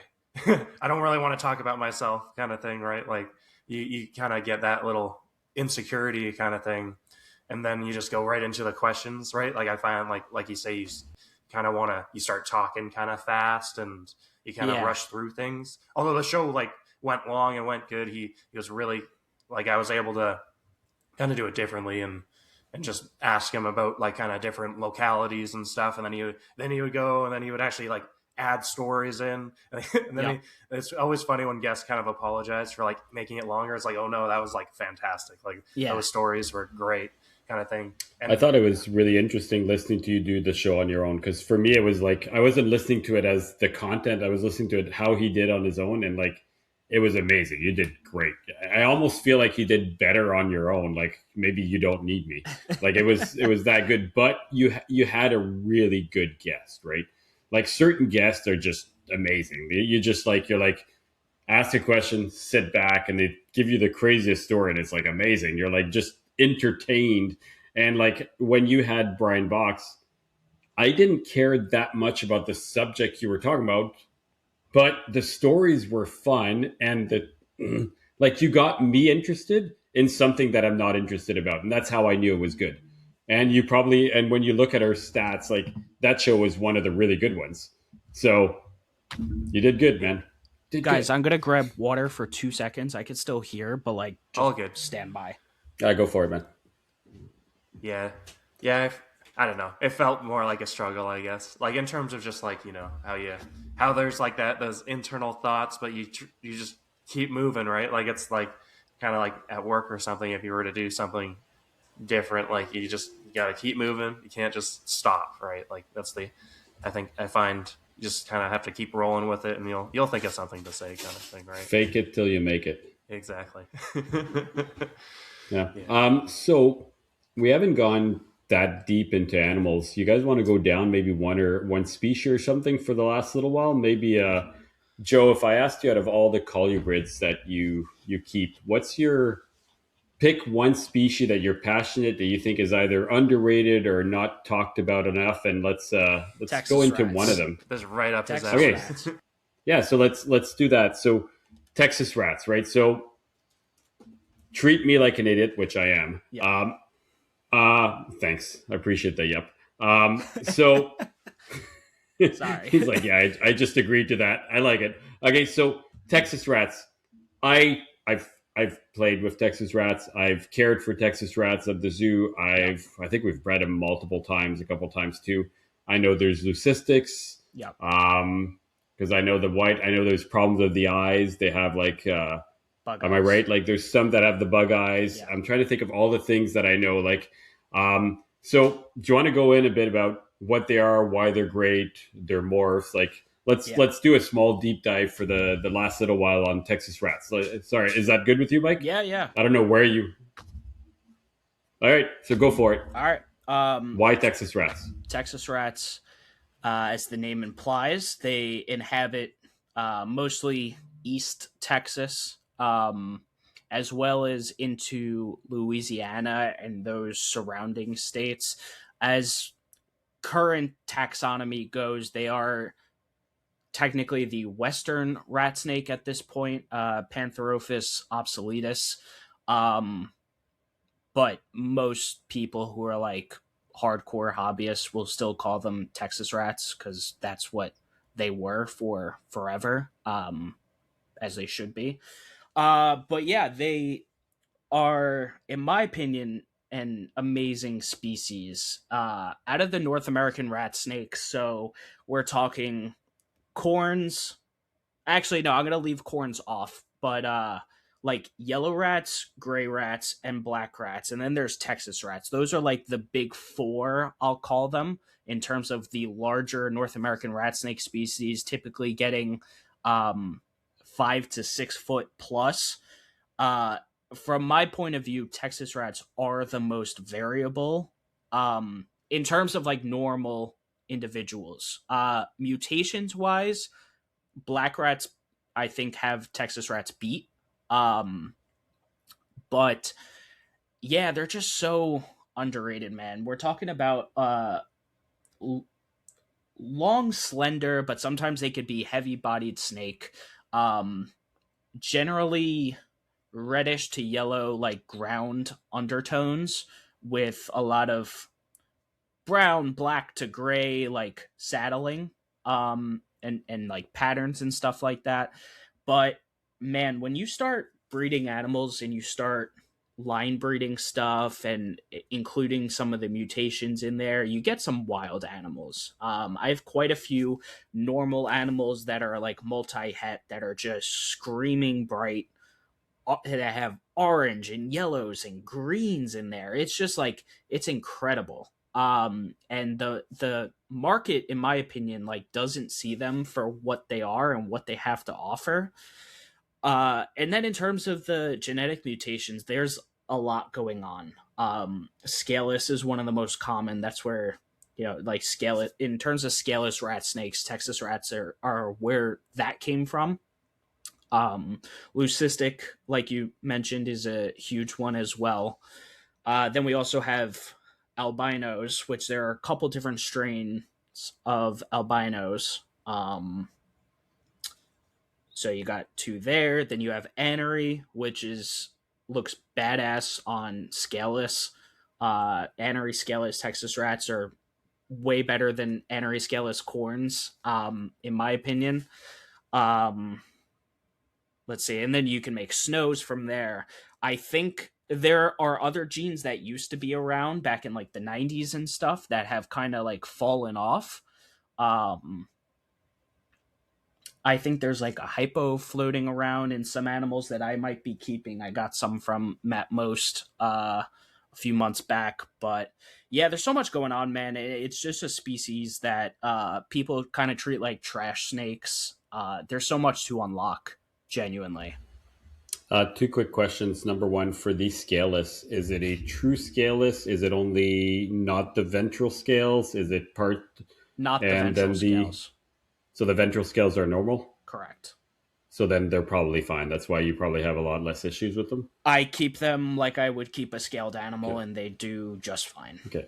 And then my second question with rat snakes, do you guys have any problems with hybridization or problem with purity from people breeding Plenty. rats to corns and shit like that and all that type of mix? And like, I'm just curious to know, because I know like a rat snake is such a gigantic, broad term Yes. that I feel like you could Corns are bring gene. full of that kind of thing. Like you got to think of like corn snake morphs, like creamsicle. That's an albino emery eye to corns, and I there's a realize bunch that of other whole stuff in there. Like there's a bunch of morphs that like I don't fully know it because I'm not like a big corn guy. I just know vaguely from so listening to stuff. I'm But the yeah, same. I vaguely hear, and I hear enough Colubrid podcasts to know that I assume that in rat snakes that would be an issue. So how do you guarantee that your Texas rats are as pure as can be, et cetera, and all that? And just by the way, guys, I'll probably step out for 30 seconds. My groceries arriving, so if I just walk out, you guys keep chatting because I'm too lazy to go to the grocery store. I get it delivered. Sorry, go ahead. It's really just a matter of like knowing who your stock comes from, and honestly there's a little bit of like trust that has to be in there. There's some stuff that gets passed down where like sometimes you could only take the word of the seller, and like it just is what it is. And maybe one day with all like the genetic shed testing we'll be able to figure out what's pure and what's not. I hope for a day where that's possible. I think it will be at some point, but yeah, that's all it is. I mean, there's been a lot of hybridization though between the North American rat snakes.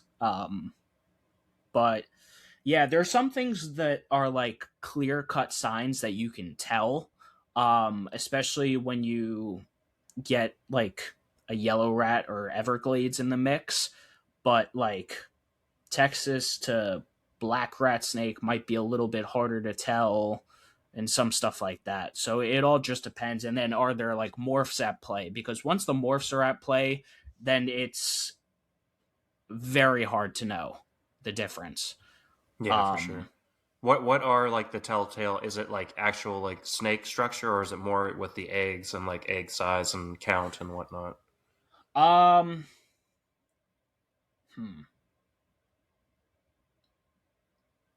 I've seen like different things with the North American rat snakes. Like I've seen people have Texas rat snakes that will lay, they'll lay clutches of like 15 to 20 smaller eggs that are like bigger than corn snake eggs, but they look more along the lines of that.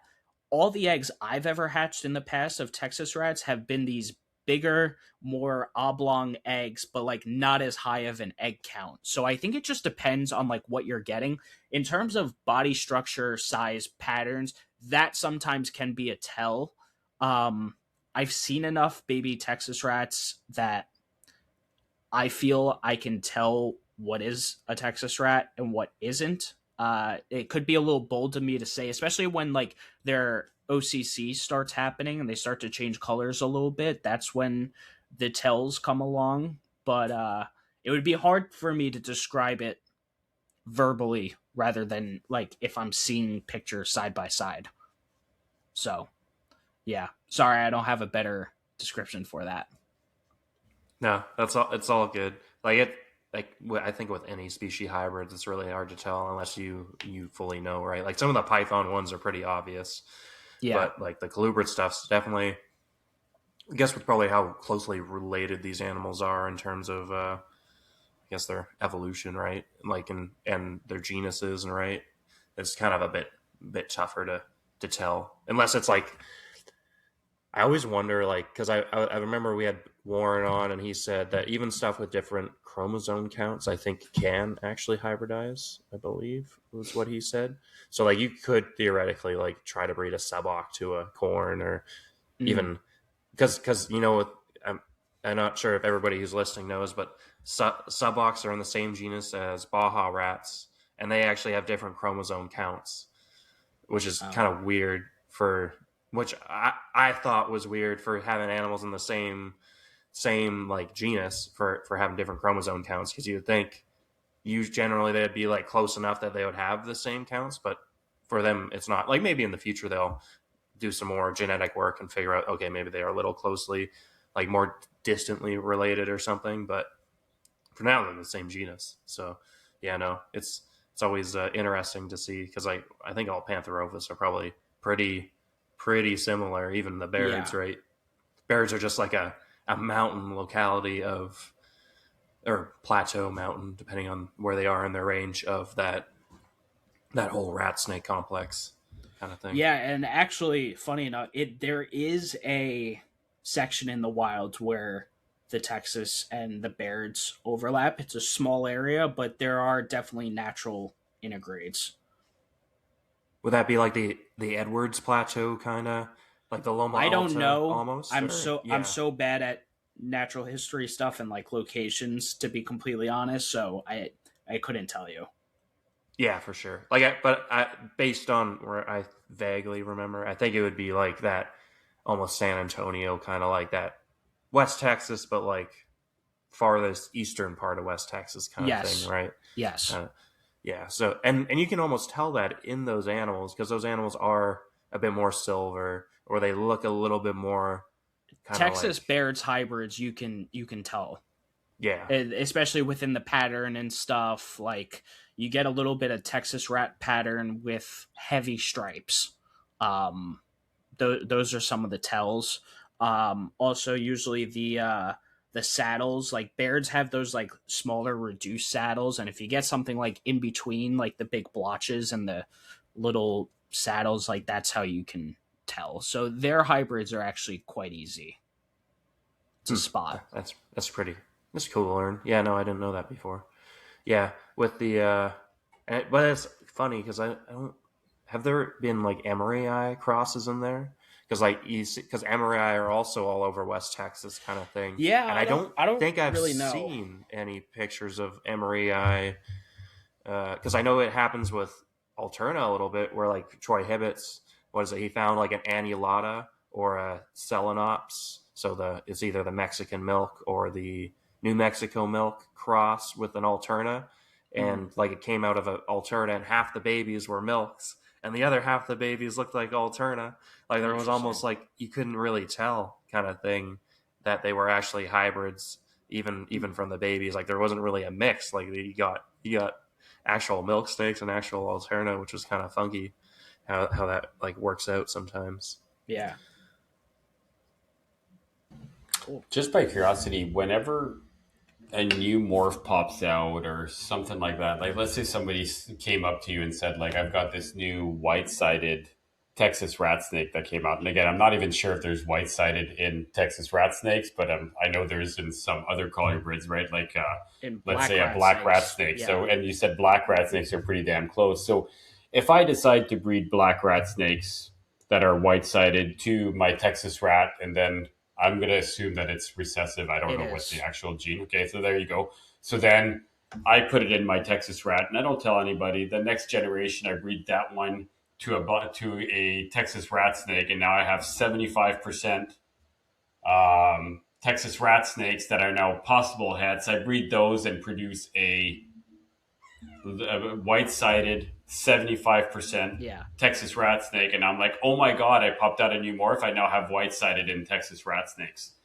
Like, I feel like that's where my fear is. It's so easy to bring a morph from an animal that is so closely related. Like, is that a problem, or am I just making this shit up? I've actually, I think I've seen that be labeled, and I don't know if they went through the extent of that or just said they took a white-sided black and labeled it Texas, but like, no, I'd call bullshit on it, like, very easily. There are very few people that like I look to where I would consider a new morph valid. One of those people being like Matt Most. Matt's done a ton of work with Texas rats. And he's worked a lot with my buddy Kevin Sheehan. I got a bunch of snakes from Matt. I have snakes from Kevin. I know what Matt hatched last year, and he had some interesting looking animals that had some kind of hypo-y look to them, which is like not at the moment, not a known gene that's circulating in the hobby. I have some of the animals that produced that one, so I'm hoping I can work on it myself. So we'll see. But those animals I would trust. Like, I know the animals I have are Texas rats. Yeah, I find like with blacks in Texas, like sometimes it gets like interchanged, right? Where depending, like especially on like a flipper table, they don't really know what they're talking about, and then oh well, it's a rat snake. I think it's a Texas, right? Like I think that's where you almost get stuff mislabeled, and then you like get a newer keeper that doesn't really know it and buys it as that, and then they go through the whole thing and either get disappointed or start spreading. Like I see that as probably the most likely way what Dom's thinking could there's a part of me that could occur. But it could occur just by pure fluke, right? Like, so those possible hets that would be 75% Texas rat snakes that would look like Texas rat snakes could probably be sold off to other people and then move from one person to another. Yeah. And then all of a sudden you get them and thinking you pick them up from there and they're pure Texas rat snakes. And then now by fluke, you produce a white-sided. The history doesn't say anything like that. And all of a sudden you're like, oh my God, there actually is now white-sided Texas rat snakes, right? You pick your morph. I just feel like that kind of stuff could happen. And you're like, well, is it? You don't know. There's no reason to think it came or somebody. And you track like one or two person down and you're like, it doesn't seem to lead anywhere there. And then you get to a dead end, right? Like, well, this one was bought from a pet store, but there's no reason to think it wasn't a black rat snake, right? Or sorry, a Texas rat.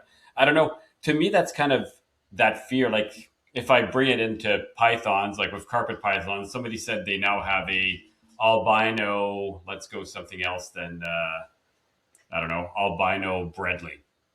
If you have an albino Bredli, I wouldn't believe it. I would automatically assume you've bred a Darwin to it and slowly crossed it and brought it. I would never believe it, right? But is it possible? There's no reason to think it wouldn't be possible, but we're automatically going to be reticent and believe it's not going to be true, right? Yeah. So I think it depends on the context of the situation and who it is that's buying the snakes. Someone like myself, if I hatched a white-sided Texas rat, I'd be very skeptical. Like, I don't know. Texas rats have been in the hobby a long time. Me coming up with a new morph out of two animals that like I just happened to get at random, I would think something suspicious about that.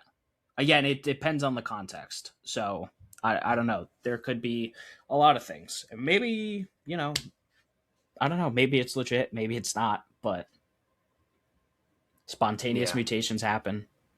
yeah, for sure. It's all, I guess, it's all hypothetical kind of thing, but it's Yeah. all stuff that I guess we all probably think about kind of thing randomly. So it's all good to talk about. I don't know. That's Dom, the kind what of do you shit I have? wonder often. Yeah, Sorry, go ahead. exactly. That's like I do that too. Like no matter what the species or like that's why I took forever to like actually want to do like tortoises because like with like when you like actually go into it and you start watching Anthony's shows because he does the Just Turtles like YouTube, which is like a weekly thing, which is honestly really good because he keeps it like 20-30 minutes, and sometimes he's going to some really cool turtle collection or going to a zoo tour or just going through something in his own collection and showing you to build something, right? Like, Yeah. but like, so like, what is it? Russian tortoises are like what 5, 6, 7 different actual subspecies because they're from Mm. collected from a bunch of different countries, right? Like when you actually go into it, you're like, oh, so like I these are probably all a bunch of like mixes because they all just get labeled Russian tortoises when they're actually all different subspecies. Same with Eastern Hermans. Well, like most of the Hermann's tortoises are Eastern, but then you also get Western, which are fairly not too common. And then there's even another little Bulgarian subspecies or something that they consider almost different. I probably miss saying what actual locality that subspecies is from, but like Erisperthi tortoises, like the Greek stuff, there's like 7, 8 different localities slash subspecies, or it's like oh, so this is actually like a thing that you should not not that it all matters because we're keeping animals in captivity and none of them are getting released back into the wild. But I Yeah. guess as like herpetoculturists, it's still nice to like keep stuff as kind of close to the wild or at least like a Yeah. kind of a representation. Obviously, as you like as like I don't know, other guys have talked about like the locality king snake stuff. Like once like how long until it's not actually locality, right? Like or do we just Right. take it as more of a line than a locality? I don't know. It's It all stops. stuff that I It's think about. always so. It's always a locality, but as soon as you take it out of the wild, it's no longer what's there, and for only one reason. Because the only way you could keep it looking like the same thing is if you had a clutch and you randomly pick two snakes, and those are the next one breeding, and then you randomly picked. And the problem is we love different looks. We love different colors. We love different taker projects. That one comes with, and then all of a sudden, oh, these two are striped. I'm breeding those two together. And we change the looks of them and we can change the visual look, even though the genetics is going to be the same. You can change the visual look, the phenotype of an animal so quickly. It takes what, like 2 generations for you to pick a specific look and actually have it propagate through the next generations, right? So we're I don't know. I think at that point it's still a locality, but they look nothing like the wild, right? Like within 2 generations, you can completely Yeah. change it. So it's still a locality, though. I'll give it to you. Yeah, that's like Um, Craig's saying is we always pick the A's or we always pick the A looking snakes compared to the C's. You'll sell those, but you keep your best looking ones kind of thing. So yeah, but going off that with the locality stuff, is there any locality like are you going to try to pick up some of those Louisiana, Texas rats that Chris I works probably with or will. to I mix in probably even? Yeah, I probably will at some point. So a lot of the stuff I have right now, I actually don't have a ton of visual animals. I have a ton of like multi-het stuff. Um, I made the mistake a couple years ago of selling off some really good animals when I should have held more back. Like my prized animal is the only one I held back from like those clutches I had a few years ago, and I regret not holding back more. I think as I like one more generation in of some of this stuff is when I think I'll find the need to outcross a little bit. Um, so it will happen just eventually. Whether it's the Louisiana ones, whether it's like a Texas county locality. Oh yeah, that'd be cool. Oh yeah, because you that'd be a fun trip. Go down to Texas and go collect your own locality of Well, Texas I, rats. I don't know if I'll do That's that, possible. but That'd be like cool. Aaron Morris, he works with a lot of Texas rats. He does a lot of locality stuff, so he has a bunch. I know if I ever needed something that he had, I could get from him. So yeah. Yeah, no, that'd be cool. That's I like not that I would like actually want to take anything home, but it's kind of cool just to have the opportunity at least to Right. collect your own if you really wanted to kind of thing, or at least add Yeah. to that gene pool rather than well, I guess we're stuck with the same four animals that I'd we be were really 30 years specific ago. about looks though. Yeah, Like on a locality animal, like there would be a certain look that I want. I don't want just like any plain old Texas rat because I have a lot of, like I mentioned, a lot of these multi-het animals have really cool like base colors. If I get a locality animal, it's got to be a screamer. I'm not taking some standard run-of-the-mill Texas rat. yeah, which is neat, right? Like, and then you can work with that, or like even if you got a pair Yeah. of like interesting looking ones, right? You could Exactly. Well, maybe make that that's into what its I own that's thing. what I always say. Like even like these normals, like I have no problem hatching a bunch of normals because I know some of these uh scale colors and stuff are gonna be insane.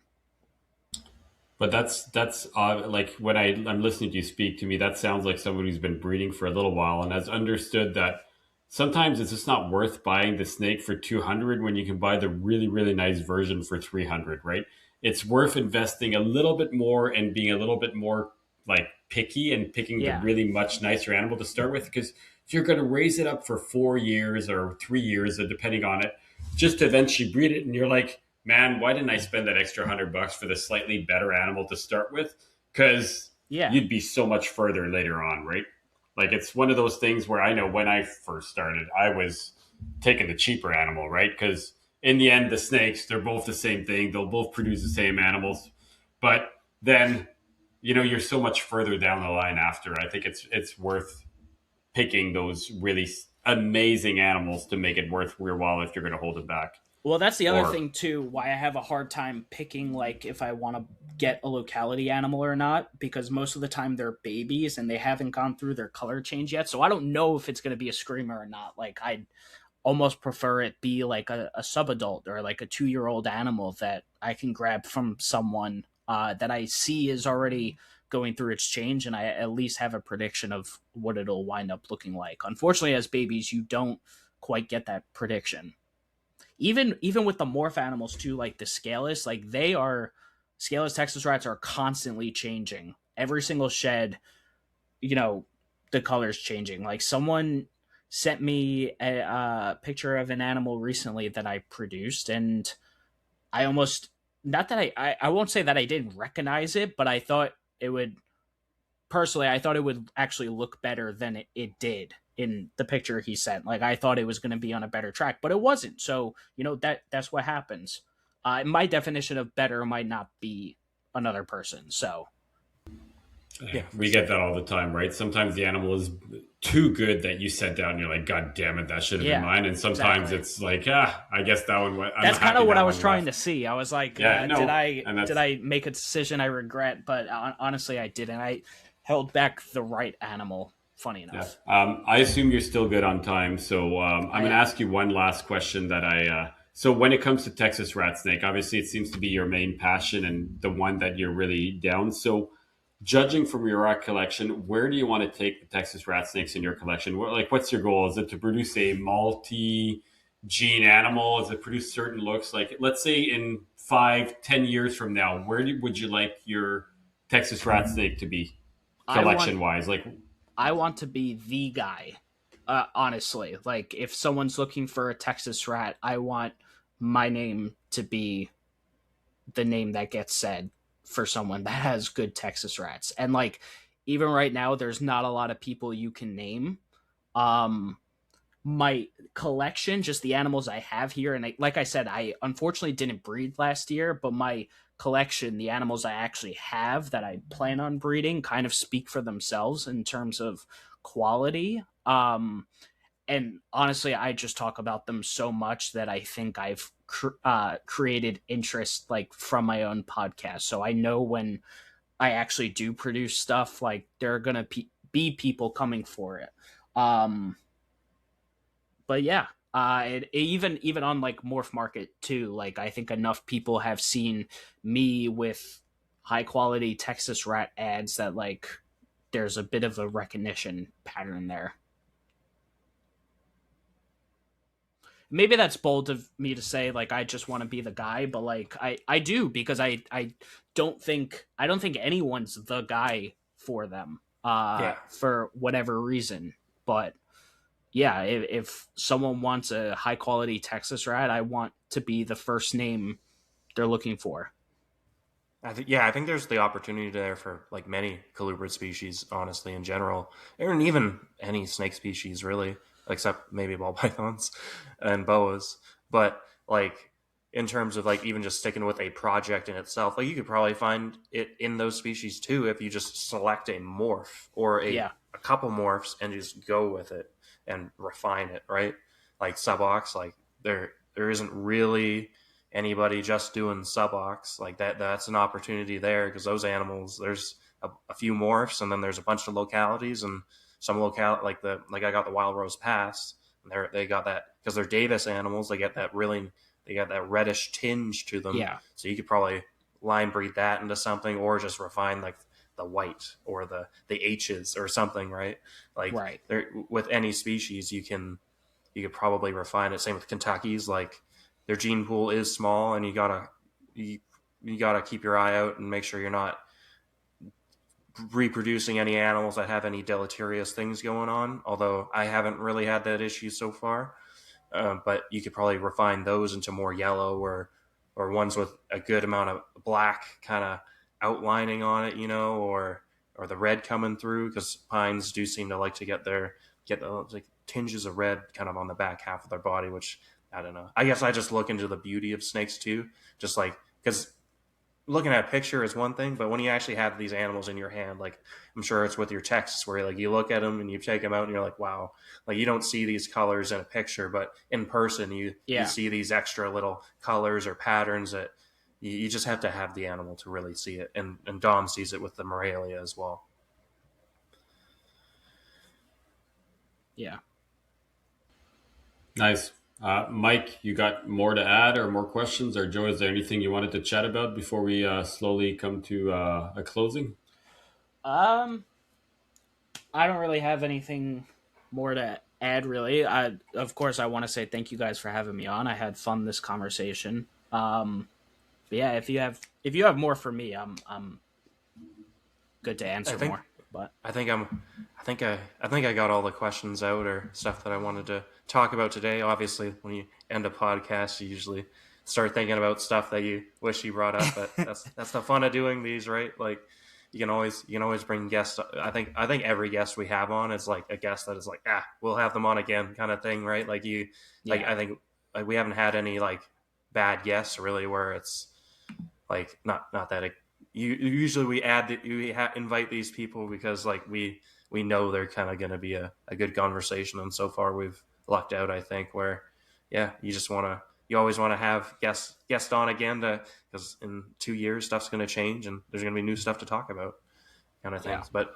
I really appreciate you coming on, Joe. It's been fantastic talking to yeah. you. Yeah. I think I've had a great time. Agreed. It Thanks, was a guys. really good show. I enjoy your podcast. You're a great speaker. It is definitely enjoyable, good knowledge. Thank you. Would it be possible for you to drop a line of anywhere people can reach out to you, from your podcast to your Yes. personal accounts to anything like that? Yeah. When it comes to Facebook, I would say reach out to me on my personal. That is the best way. Just Joe DeStephano. You can find me there. On Instagram, though, any other social media platform, just search Meteoric Serpents. That's Meteoric Serpents. Um, best way to find me on Instagram, YouTube, anything like that. On most of those platforms, I have like my link tree in there. That way you can navigate to all the platforms I'm on YouTube, again, I'm Meteoric Serpents. You could also search Colubrid Corruption anywhere there, as well as on the major audio platforms if you want to check out my show. Awesome. Sweet. All right. Well, Mike, anything else to say before I close it out? Not too much. Hopefully, any guests or any viewers are listening to this, they'll be listening to it on the way to the show next weekend in Calgary. So if any of you are there, feel free to say hi. If not, we'll have Anthony on tomorrow evening if you're listening right now still. And tune in for a doubleheader weekend of podcasts. There you go. And for everybody, we do the lives usually on every Sunday, but this one's earlier. But it's going to be released once a week, every Sunday, just like normal. Just if you want to watch it earlier, the lives are on right away, but they'll just be released once a week for us. Again, thank you, Cornell's World, for sponsoring us, and thanks a lot, Joe, for coming on. Honestly, great show. Really enjoyed it. For everybody that's listening, please click the little stupid like buttons and the follow and the joining and membership and all that crap. We appreciate it. It makes us look good. I could bring up our viewership from 2 people to 3. It would be amazing. We appreciate you guys. And all that, guys. Have a great night. Thank you for logging on, and thanks, Joe. And just hold on for just a few seconds to make sure it uploads. All right. Have a good night, people. Thanks.